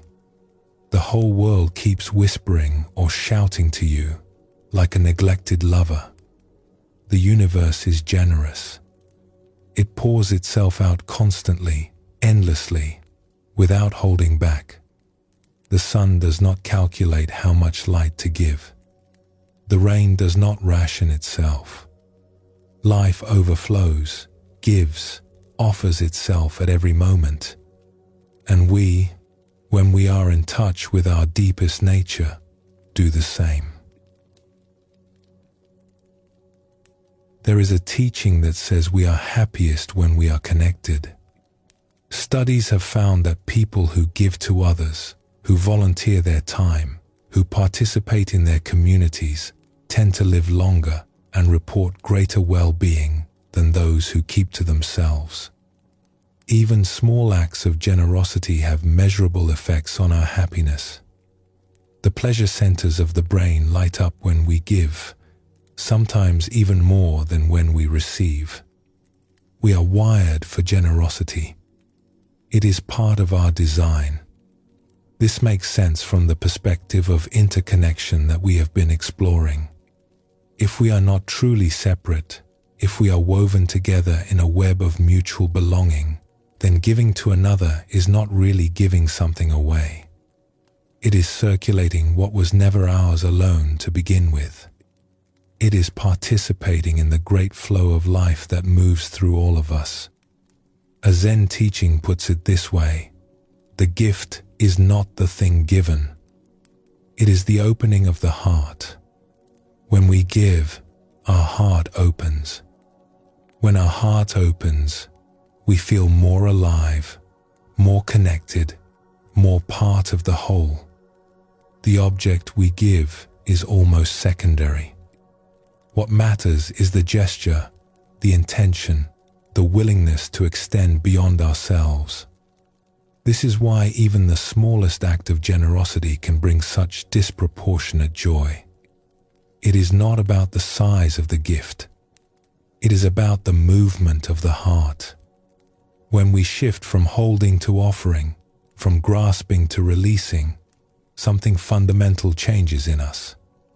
We become, for that moment, more fully who we really are. The ancient teachers understood this. They spoke of generosity as a practice not because others need our gifts, though they often do, but because we need to give. We need to exercise the muscle of openness. We need to remember, again and again, that we are not separate, that we are part of something larger, that what we give away somehow comes back to us multiplied. There is also something important about receiving generosity with grace. Sometimes it is harder to receive than to give. We may feel unworthy. We may feel indebted. We may prefer to be the giver, to stay in the position of one who has something to offer, rather than the vulnerable position of one who needs. But receiving is its own form of generosity. When we receive gracefully, we complete the circle. We allow the giver the joy of giving. We participate in the exchange that binds us together. The Buddha taught that giving and receiving are two sides of one reality. Neither can exist without the other. To give is also to receive. To receive is also to give. In every act of generosity, both parties are blessed. So if someone offers you kindness, receive it fully. Let it land. Let it nourish you. Do not deflect it with false humility or brush it aside as if it does not matter. Your receiving is a gift to the giver. Your openness completes their offering. As we near the end of this exploration, let us return to the simple joy of giving. Think of a time when you gave something freely, without expectation of return. It might have been something material. It might have been your time, your attention, your care. It might have been a small gesture or a large one. Do you remember how it felt? Not the response of the other person, but the feeling within yourself as you gave. There is a warmth in that moment, a sense of rightness, a feeling that this is what we are here for, this connecting and sharing and offering. The heart recognizes generosity as its native language. The Buddha said that generosity is the expression of an awakened heart. When we truly understand who we are and how we are connected, giving becomes as natural as breathing. We do not have to force it.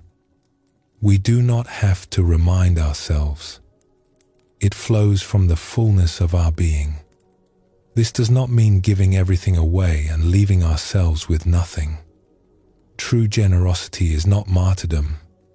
It includes caring for ourselves as part of the whole. But it does mean holding our resources, our time, our energy, our love, with open hands rather than closed fists. It means looking for opportunities to share, to help, to connect, to make someone's day a little brighter. The world needs this. Not grand gestures necessarily, but the steady, quiet generosity of everyday kindness. A word of encouragement to someone who is struggling. A moment of patience when we could easily be irritated. A willingness to see the humanity in those we encounter. These small acts ripple outward in ways we cannot see. The person we are kind to carries that kindness into their next interaction, and the next, and the next. Generosity multiplies. It spreads. It weaves the world together. Let us rest for a moment in the simple truth that giving is receiving. That when we offer something of ourselves, we are not diminished but enlarged. That the open hand is the happy hand. That generosity is not a sacrifice we make but a joy we discover. This is one of the beautiful secrets of the spiritual path. That what seems to cost us actually enriches us. That letting go is not loss but freedom. That the more we give, the more we have to give. May your hands be open. May your heart be generous. May you know the quiet joy of offering what you have, and may that joy return to you 100-fold. Let us pause for a moment before continuing together on our journey.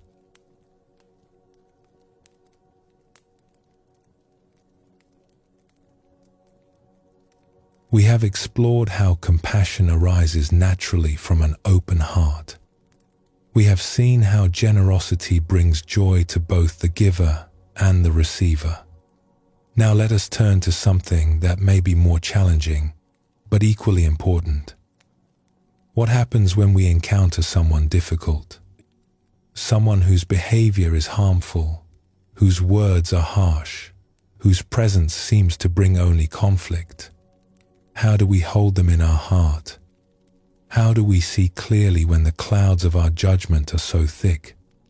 This is where the teachings become most practical. It is easy to feel compassion for those who are kind to us. It is easy to see the light in those who shine brightly. But can we see the light in those who seem to have none? Can we remember the Buddha nature of someone who appears to have forgotten it entirely? The ancient teachers say yes. They say that the light is always there, even when it is buried so deeply that neither we nor the person themselves can find it. They say that our recognition of this hidden light can sometimes be the very thing that helps it emerge. The Buddha taught something radical about human nature. He said that what makes a person noble or ignoble, worthy or unworthy, has nothing to do with their birth, their status, their wealth, or their position. In his time, society was rigidly divided. People were judged by the family they came from, the work they did, the caste they belonged to.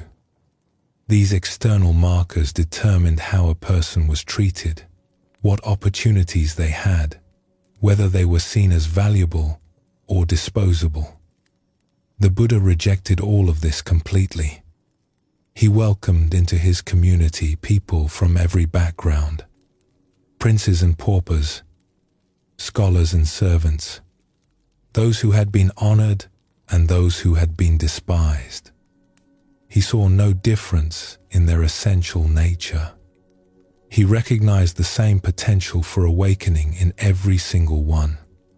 He said that the only thing that determines a person's true worth is the quality of their heart, their capacity for wisdom and compassion, their willingness to awaken, not where they came from, but where they were willing to go, not what they had done, but what they were capable of becoming.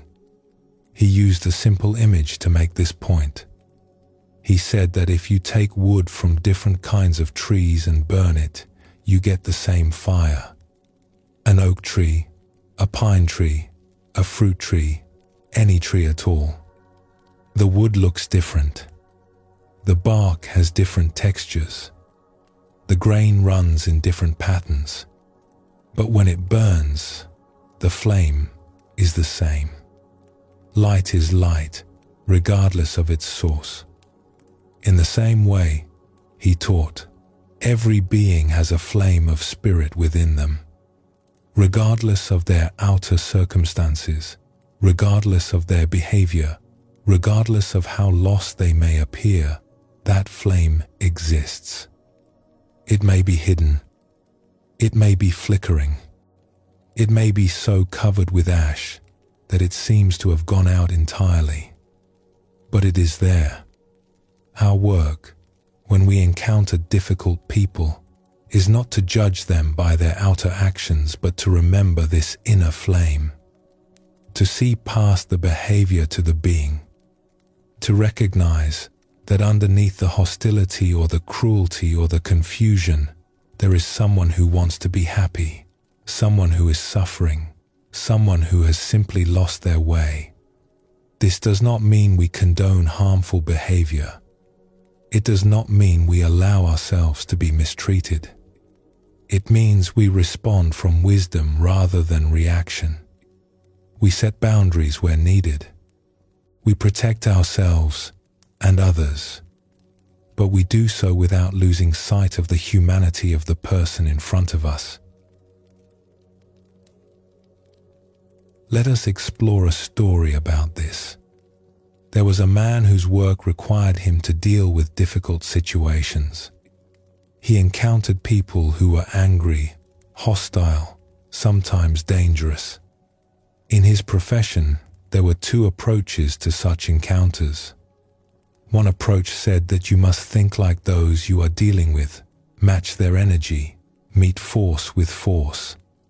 Many of his colleagues adopted this stance, and some of them became hard over time, their own hearts closing as they mirrored the hostility around them. But this man chose a different way. He tried to hold in his mind that every person, no matter how they were behaving, was fundamentally good at their core. That their anger or hostility was a kind of forgetting, a loss of connection with their own true nature. His job, as he saw it, was not just to manage the situation, but to somehow affirm that deeper goodness, even when it was completely hidden. One day, he was called to deal with a man who was extremely agitated. The man had a history of difficulty, had spent years in harsh circumstances that had left him bitter and defensive. When their paths crossed, the agitated man singled out this worker for particular hostility. He directed all his rage toward him, as if this stranger represented everything that had ever harmed him. At one point, in a moment of extreme anger, the hostile man spat in the worker's face. This is a moment when most people would react. When the primitive part of the brain takes over and demands retaliation. When the heart closes and sees only an enemy. But the worker did something unusual. He paused. He took a breath. And he made a choice. He chose to remember that this man, despite his actions, was a human being. Someone's son. Perhaps someone's father. A person who had suffered, who had been wounded, who had lost touch with his own goodness. The worker chose to see past the spit on his face to the pain that had caused it. He did not retaliate. He did not harden. He managed the immediate situation calmly, and when it was time to transport the hostile man to another location, he did so without incident. But here is where the story becomes interesting. On the journey, the worker said something unexpected. He said, quietly, "If I have done anything to offend you, I apologize." His colleague, who was present, looked at him as if he had lost his mind. Apologize? But the worker understood something. He understood that this man's rage was not really about him. It was about everything that had ever hurt this man, everything that had taught him to see the world as hostile, everything that had convinced him he had to fight to survive. The worker was not apologizing for some specific wrongdoing. He was acknowledging the man's pain. He was extending a hand across the divide of hostility. The next day, the worker had to transport this same man again. This time, he made another unusual choice. He did not use restraints. He simply walked with the man, trusting that something had shifted. They reached a point in a long corridor where, if the hostile man had wanted to attack, he easily could have. It was an isolated spot. No one else was around. The worker was aware of the risk he was taking. The man stopped walking. The worker stopped too. They stood facing each other, and then the man spoke. His voice was different now. Softer, he said, "I thought about what you said yesterday, and I want to apologize to you." The worker felt a wave of emotion move through him.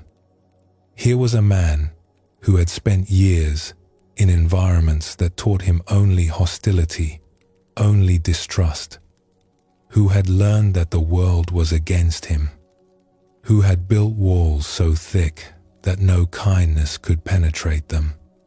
And yet, in this moment, because someone had seen past his behavior to his humanity, something had cracked open. They stood there in the corridor, these two men who had been adversaries just a day before, and something new was possible between them. Not friendship exactly, but recognition, respect. a glimpse of the human being on the other side of the divide. It turned out that this man had been through experiences that had shaped his hostility. He had encountered cruelty from people in positions of authority. He had been treated as less than human, again and again, until he began to believe it himself. He had learned to expect abuse, and so he struck first, defended himself against perceived threats. The worker had represented something to him, some category of person he had learned to hate. But when the worker responded with respect instead of force, with apology instead of retaliation, the man's armor was pierced. For the first time in a very long time, someone had treated him as a human being rather than a problem to be managed. Someone had seen him, and in being seen, he remembered something about himself that he had forgotten. The worker later reflected on this encounter. He said, "Some people think I was taking a risk by treating him with respect, but I believe the real risk is treating people without it. When we see others as enemies, we make more enemies. When we see the humanity in someone, we give them the chance to show it." This story illustrates something the Buddhist teachings point to again and again, that how we see others shapes what is possible between us, that our perception is not neutral. It participates in creating reality. When we look at someone and see only their flaws, only their hostility, only their difficult behavior, we reinforce those qualities. We meet them in a way that confirms their worst beliefs about themselves and the world. We participate in the cycle of harm. But when we look at someone and see their buried goodness, their forgotten light, their capacity for transformation, something else becomes possible. We create a space in which that goodness can emerge. We offer them a reflection of themselves that they may have never seen before. This is not naive. It does not mean ignoring danger or pretending that harm is not harm. It means responding from the deepest truth rather than the surface appearance. It means remembering what the old teachings call Buddha nature, even when it is completely obscured. A Zen master was asked, "How should I treat those who are hostile to me?" He replied, "Treat them as Buddhas in disguise. They have come to teach you patience, to deepen your compassion, to strengthen your capacity to love. They are your teachers, though they do not know it. Bow to them inwardly, even as you protect yourself outwardly." There is a contemplation that some practitioners use when facing difficult people or situations. They imagine that a great being of compassion, perhaps the Buddha himself, or one of the legendary figures of infinite kindness, comes to take their place. They visualize this wise presence stepping into their body, their circumstances, their relationships, and they watch, in their imagination, how this being would respond. It is a simple practice, but it can be illuminating. Those who practice this report something interesting. They notice that the wise being is more relaxed than they would be. There is an ease in the body, a softening of the shoulders and the jaw, a steadiness in the breath. The wise being does not brace against difficulty. They meet it openly, without armor. They notice that the wise being is less reactive, less defensive. There is a spaciousness in how they hold the difficulty, a willingness to listen that the practitioner themselves often lacks, a curiosity rather than a judgment, a quality of presence that changes the whole dynamic before any words are even spoken. They notice that the wise being responds differently, more slowly, with more care, without the need to be right or to win. The words that come are different, kinder, more true, more effective. There is no rush to fill the silence, no anxiety to make a point. Just presence, meeting presence. And they realize something important. That capacity they are imagining is not foreign to them. It is not something only great beings possess. It is their own deepest nature, simply freed from the grip of fear and reactivity. The wise being they imagine is not someone else. It is who they themselves would be if they could let go of their defenses. We all have within us this capacity to respond with wisdom and compassion. It is not something we need to import from outside. It is something we need to remember, to access, to trust.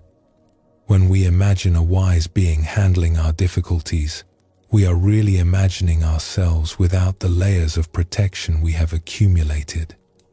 We are glimpsing who we would be if we were not afraid.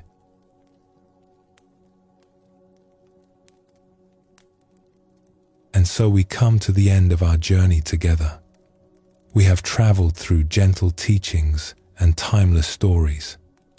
We have explored what it means to quiet the mind and open the heart. We have remembered the secret beauty that lives within each of us, the radiant awareness that watches all our experiences without being touched by any of them. We have learned that thoughts and feelings are like weather, passing through the vast sky of who we truly are. We have discovered that what we resist persists, but what we allow can transform.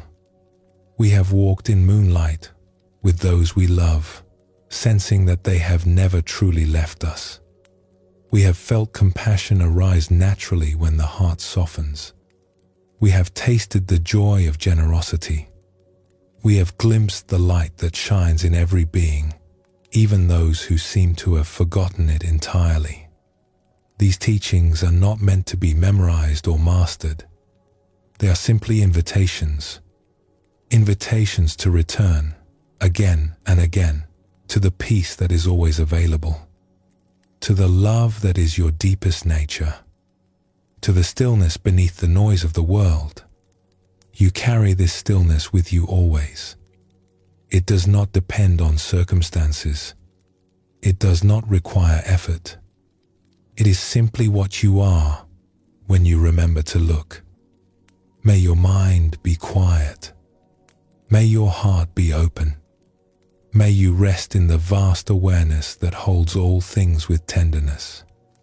Sleep well, and thank you for joining us here at Sleepy Monk.